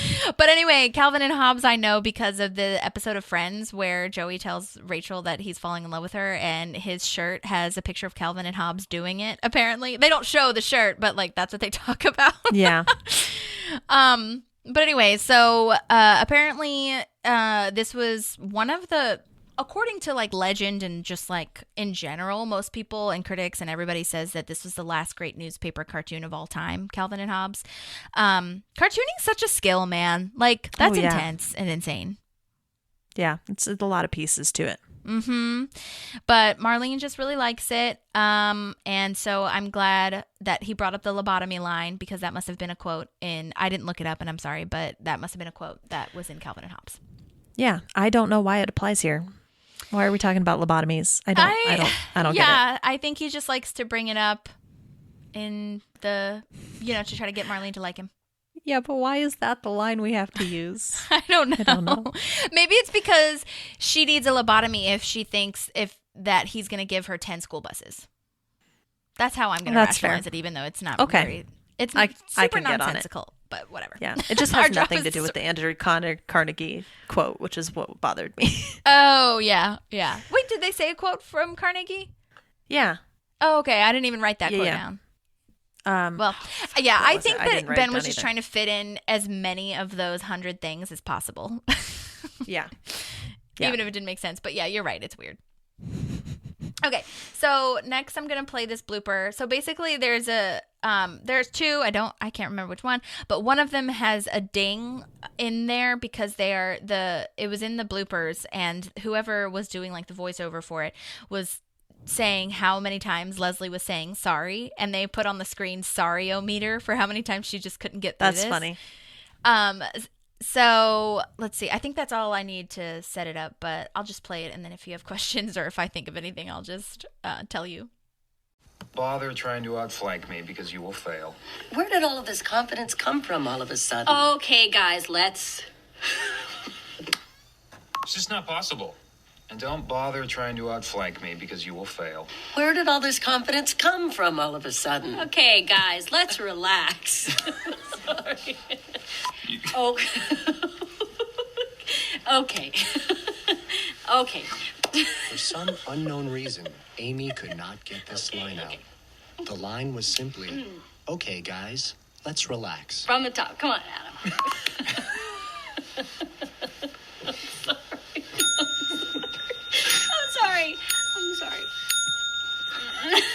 I'm sorry.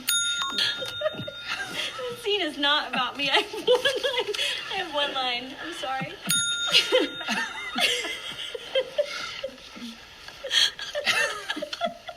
I'm sorry. You know.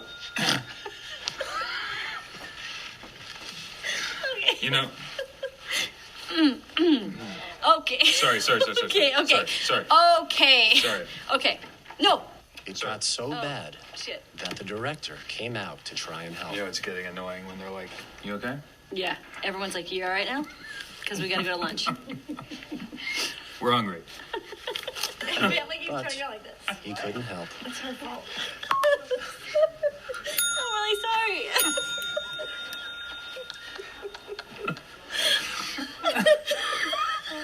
I'm really sorry. Okay.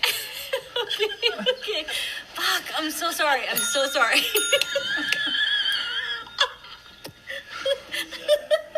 Okay, I'm sorry. Okay, guys, let's relax. Hey. Okay, that was You can tell. Chris doing the blooper or the banjo thing at the very end. But that's oh funny. my god, it's just so funny that I love seeing people have laughing spells. It's so she just had the spirit take over. Yeah, seriously.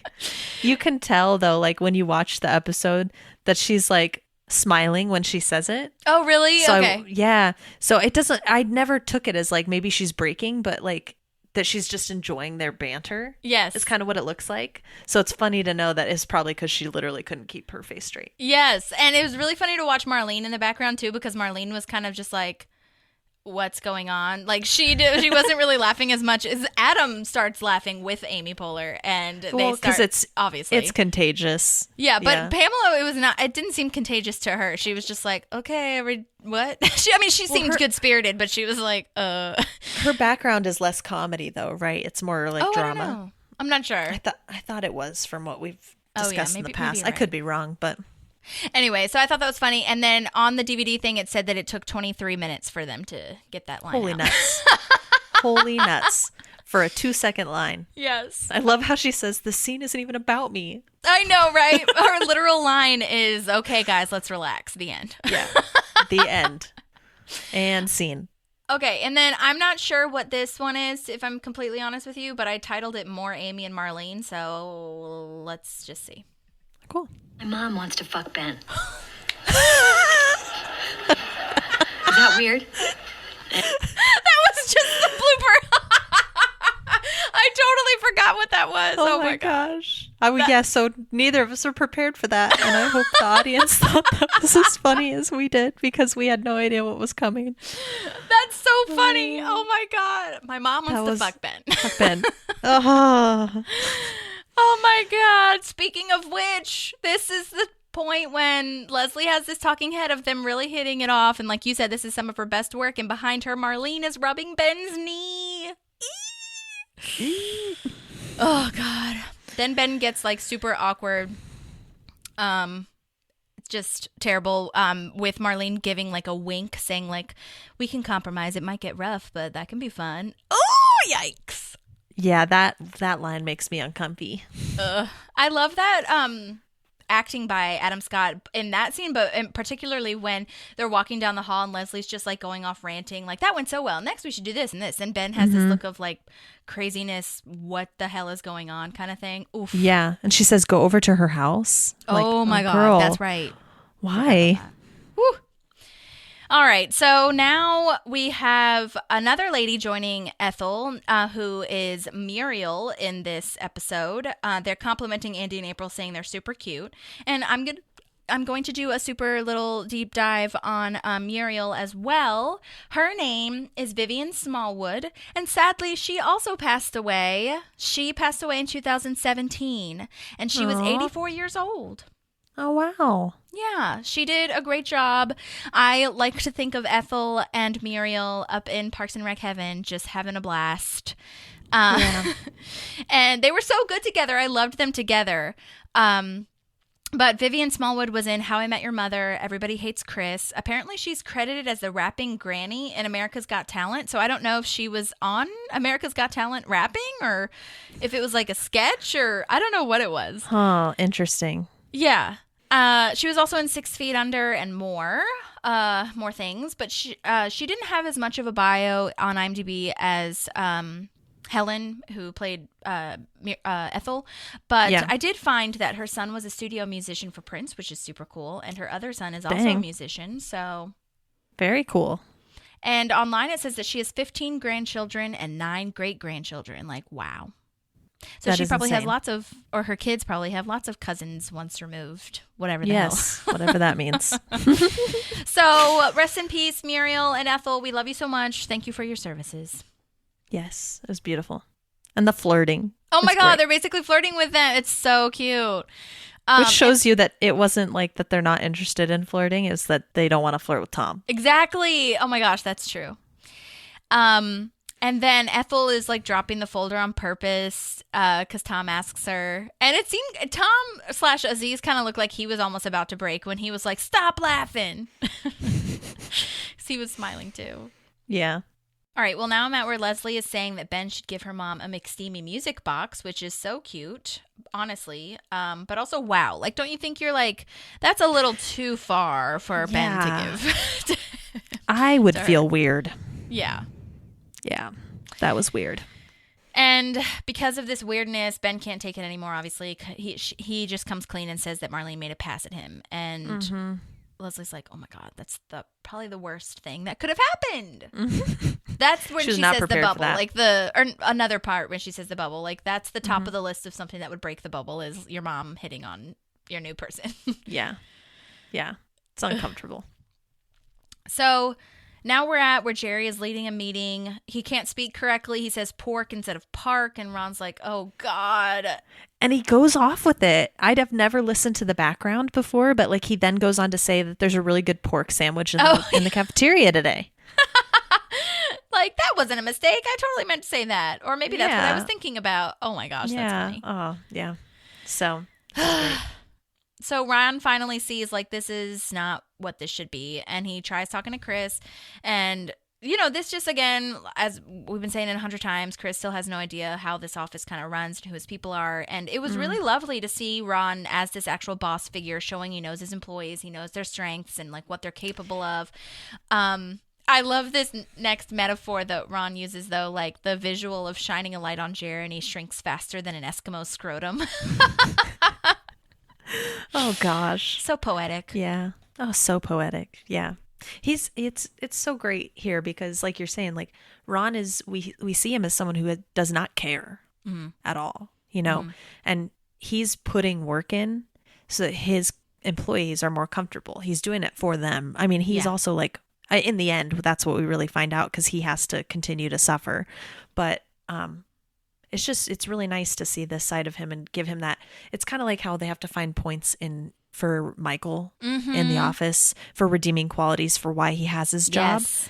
And I don't think we need redeeming moral qualities for Ron like we did for Michael, but it's the work, redeeming qualities. And that's what I feel like this is. Yeah, well, I mean, it's like we've talked about before where, like, he's one of the characters that, like, if he was in real life, the way that he approaches his work, this would be bad. So to show that he has this humanity and he has this soft side, it's a very good arc, I think, also for him, too. So, yeah, I really loved seeing it. It was super lovely. Yeah, not only a soft side, but an understanding of the people he works with, too. Right. Like, he is paying attention because he knows this stuff. Right. So I love his line, you know who April hates? Everyone. Yes, me too. And So I think, to your point earlier, I mean, it's very, very wonderful to see Ron do this without Leslie pushing him to be like, this is what's better for the office. Ron does it of his She's own not accord. here. Yeah. She's not here to handle it. Like he's alone to deal with this today. So totally.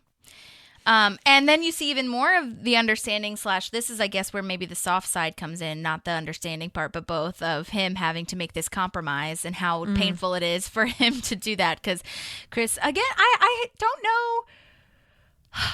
know that I've seen this part of Chris before, because usually Chris is like, yeah, we can do that. And then Ben's the one that lays down the law. But Chris is the one in this episode saying, I can't budge on that. I can't do that. It's like he's having to balance himself out now, too. Yeah. Because they're not the duo anymore. Yeah, it's really interesting to have this like side of Chris that we haven't seen before, I feel. And it's setting us up for what's going to happen when he finds out about Ben and Leslie, I think. I want to know why he can't roll over on this. Why is this so important to you, Chris? And if it's to show that you're in charge, okay, like, but like sit down and let's discuss how you can make changes that are going to be beneficial. Because, you know, like it also seems like, because we learned that the compromise is Ron has to stay at his circle desk, right? And everybody else gets to go back to normal. But why is that the compromise for you? That Ron is the one that has to be at the circle desk. I think it's because Ron's talking to him about it. You know what I mean? Like Ron has to be the one that take the fall.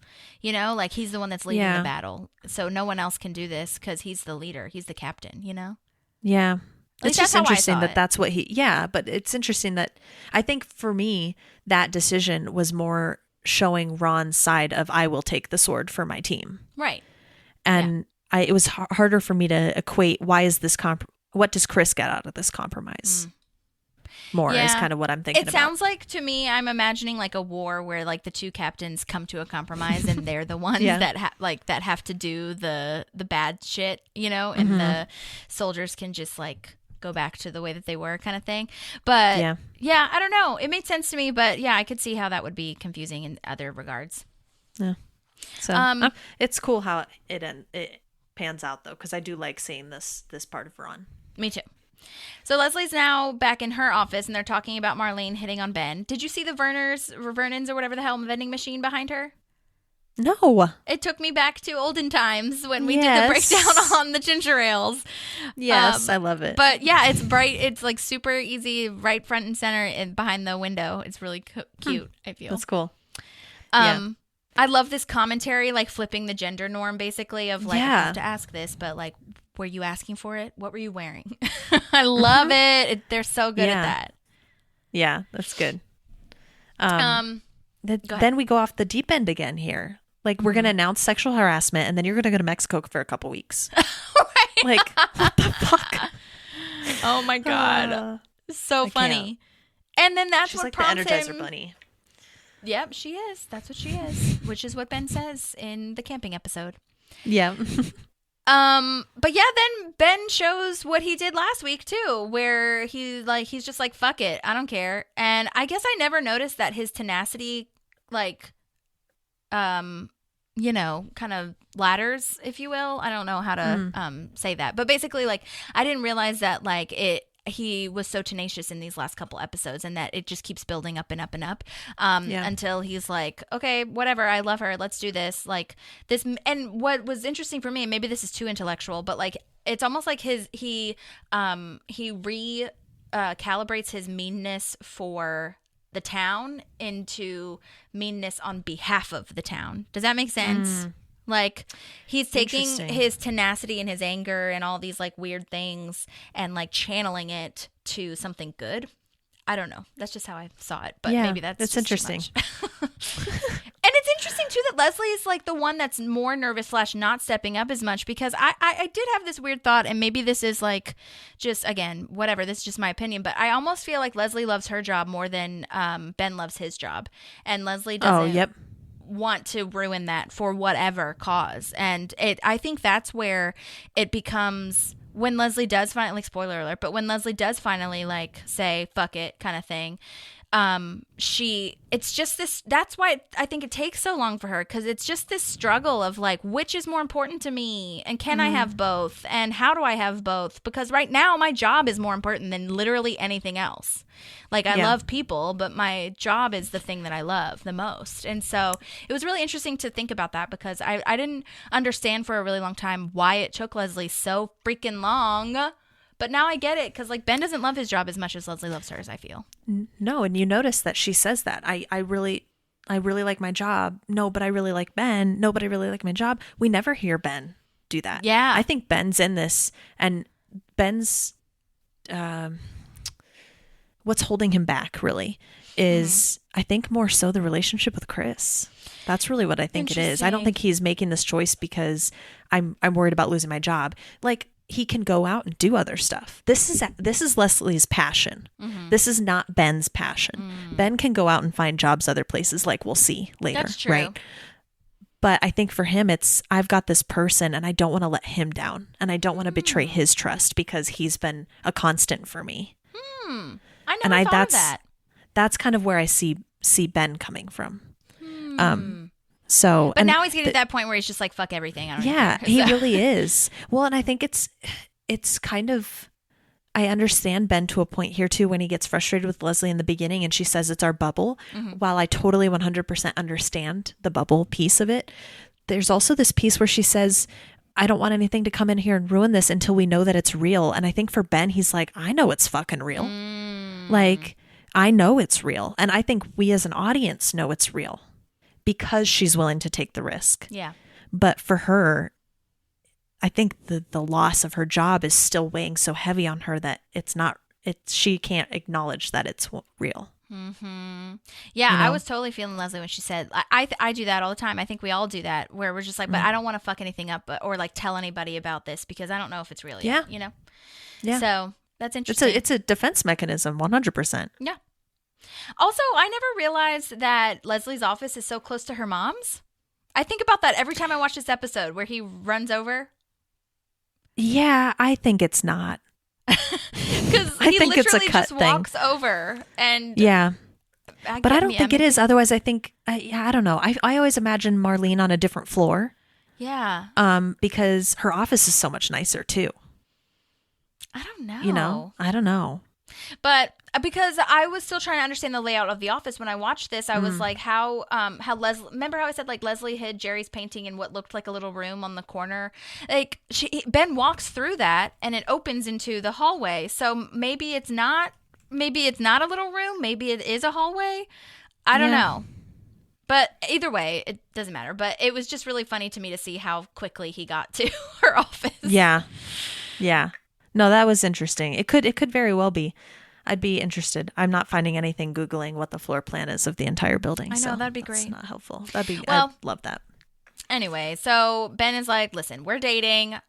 You're not going to tell anybody because it's your daughter. Like, this is this, okay? Sorry you didn't know that before you hit on me. Goodbye. Why is she laughing? I know. I wrote that too. I was like, that was an embarrassment laugh, right?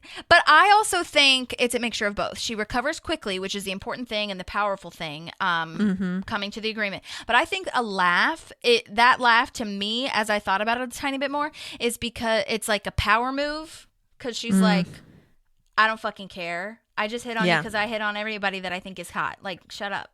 And also, I'm kind of embarrassed. Yeah. That's the way that I got it. I love it. But again, the key is how she recovered, which was so powerful and so, like, I'm the leader. Because she was like, okay, I want this many school buses. And then they compromise and they're like, okay, it's done. And then she's like, I like this one. Yes, I love that. It's like Leslie's getting like permission. Yeah. And even though her mom knows it's against the rules, it's like she's on board with it. And it's like, you know, and I don't know about you, but like when my mom agrees with something I do or is like, I really like this person for you, or I really like, you know, that this is where your life is. Like there's just a validation in my heart for it. That's nice. You know? So it's cool. I like that Amy says, or Leslie says, you keep your hands off him. Yeah. I love then it. We're at Andy coming in talking about Margaret's pecan squares. And again, we're talking about his perspective on things and how he's just grateful because he has a kick-ass wife. His band is so good. Yep. And then the lemonade thing comes on. Or not comes on, but you know what I mean. He says the lemonade line. And then Tom doesn't want to make lemonade. He wants to slice lemons into wedges and throw them into vodka tonics. And he wants to own his own nightclub with Taye Diggs and 2 of the Pussycat Dolls. Yes. Oh, gosh. He doesn't specify which ones, which is great. Right. Yeah. Yeah. I really like this for Tom. Me He's too. realizing that he's not moving up like he wanted to. So let's think, what's my next move? He's not going to sit still here anymore. And I like this character growth for him. So. Yeah. And I love the HoosierCareers.com. Did you notice that? Yeah, I did. Yeah. That's great. Looks super outdated. Again, it's very... Yeah, but also very specific because it goes with the HoosierMate.com kind of thing where I'm just like very... Cool. So it's only Indiana that you guys are looking for. You're right. Yeah, which is interesting. So... Yeah. Because you'd think, like, with everything he wants to do, he might go to LA or New York. Yeah. You know? Yeah. So it's almost like he's not dreaming too big where he can fail. Maybe. Perhaps. But either way, I love this moment because it leads to our, next episode when we're going to get into Entertainment 720 and all those things. So that's really cool. So now we're back to Ron, where everything's normal except for him. He took one for the team, which again was very special. I love that whole citizen request, swivel. Yeah. That guy has a weird walk and a weird posture. Nothing Really? against the actor, but it was just very interesting. It felt very awkward for me. Oh, I didn't even notice. So now Andy's getting his shoe shined by a new shoe shine guy. He's so smug. I love this for Andy so much that Andy is feeling this trajectory of I've come so far. I'm so much better than this guy. This guy was so precious. Wow, you're really good. So proud. Yeah. Starstruck. Yes. I love it. Love that hierarchy change. This guy's name is Jeff Slonaker, or maybe it's Slonaker. I'm not sure. So sorry, Jeff. But Jeff has been in Key and Peele, a bunch of UCB things, Silicon Valley, something called A-OK, which is a lot of sketches and animations and comedy shorts and things like that. Huge improv dude, which was awesome and, makes sense. The last thing, what's that? Appropriate for yes. this. Yeah. The last thing on IMDb was in 2016, so I'm not sure what's going on. However, I did message him, and his agents are in touch with me, so perhaps he's like me and just hasn't booked something that would go on IMDb, but is still probably doing things around town and stuff like that. But so I hope that he gets back to me and sends me some voice memos. I sent the question, so hopefully we'll have that as a recap for the next episode. Perfect. I feel the part where he calls the new guy a moron and hands him a tip. I love that. And I love that literally like you said, it was 2 days ago and now he feels holier than thou. It's so funny. Yeah. Andy, this is my thought though. He says when I get back in a couple weeks, right? I don't want my regular customers to be gone. So Tom's not upstairs anymore. So is Andy doing this by himself now is my question? Or maybe did Jerry get sent upstairs to do it with him now? What do you mean? Because he says, because everything goes back to normal, right? Tom's coming back downstairs, but Andy is still not coming back to shoes for 3 weeks. Oh, that's a great question. So I'm intrigued to know if, because Andy had a positive attitude, Chris was like, sure, you can keep doing that, That's actually really fascinating. Maybe they meant to put that in the middle of the episode before everything went back to normal. I didn't even think about that, but it just was perfect for a tag. Yeah. Interesting. Okay. But, yep. I see a future for Andy, though. I'm getting really excited because he gets to move up in the world, too, and I think that's great. Because he works really hard. He puts his full self into everything he does. Mm-hmm. That's very true.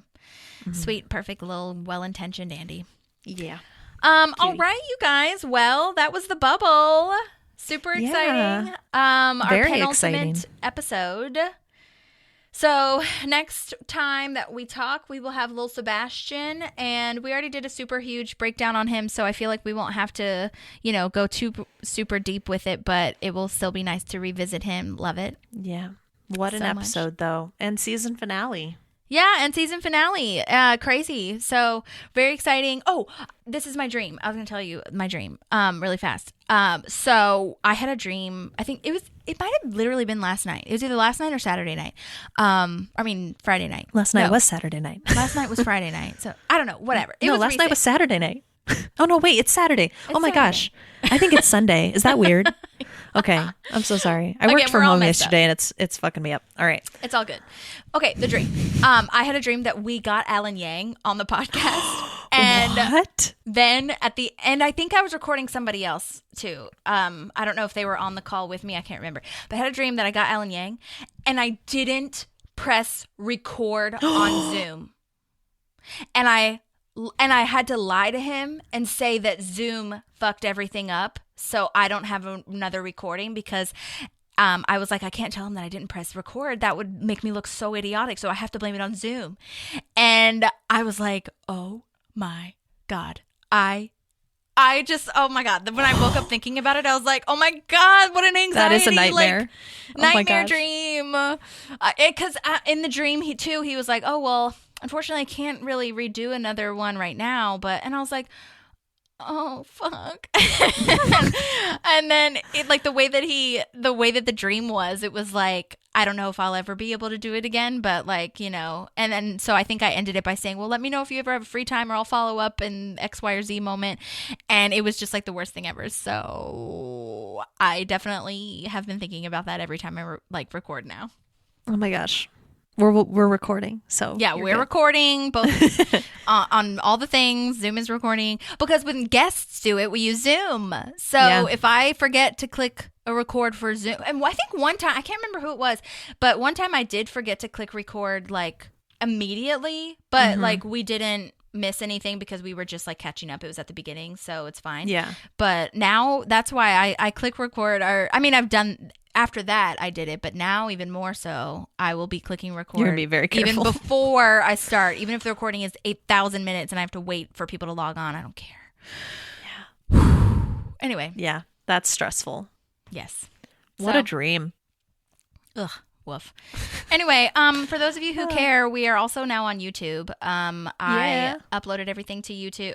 And by everything, I uploaded our last episode because it's going to take 100 years to upload everything to, if I were to do every single episode. So maybe one day I'll have all of them on there. But for now, I'm just going to put from last episode up until, you know, the future, those all of the episodes on YouTube. So we'll see. And then, if there's anything else, please don't forget to rate and review 5 stars on Apple Podcasts or Spotify or wherever you get your podcasts. But that really helps us. So hopefully you can share this episode as well. Yeah.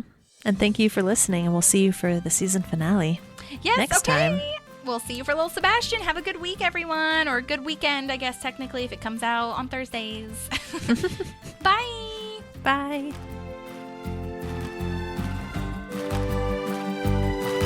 There's a park and some pals, and there's also therapy too.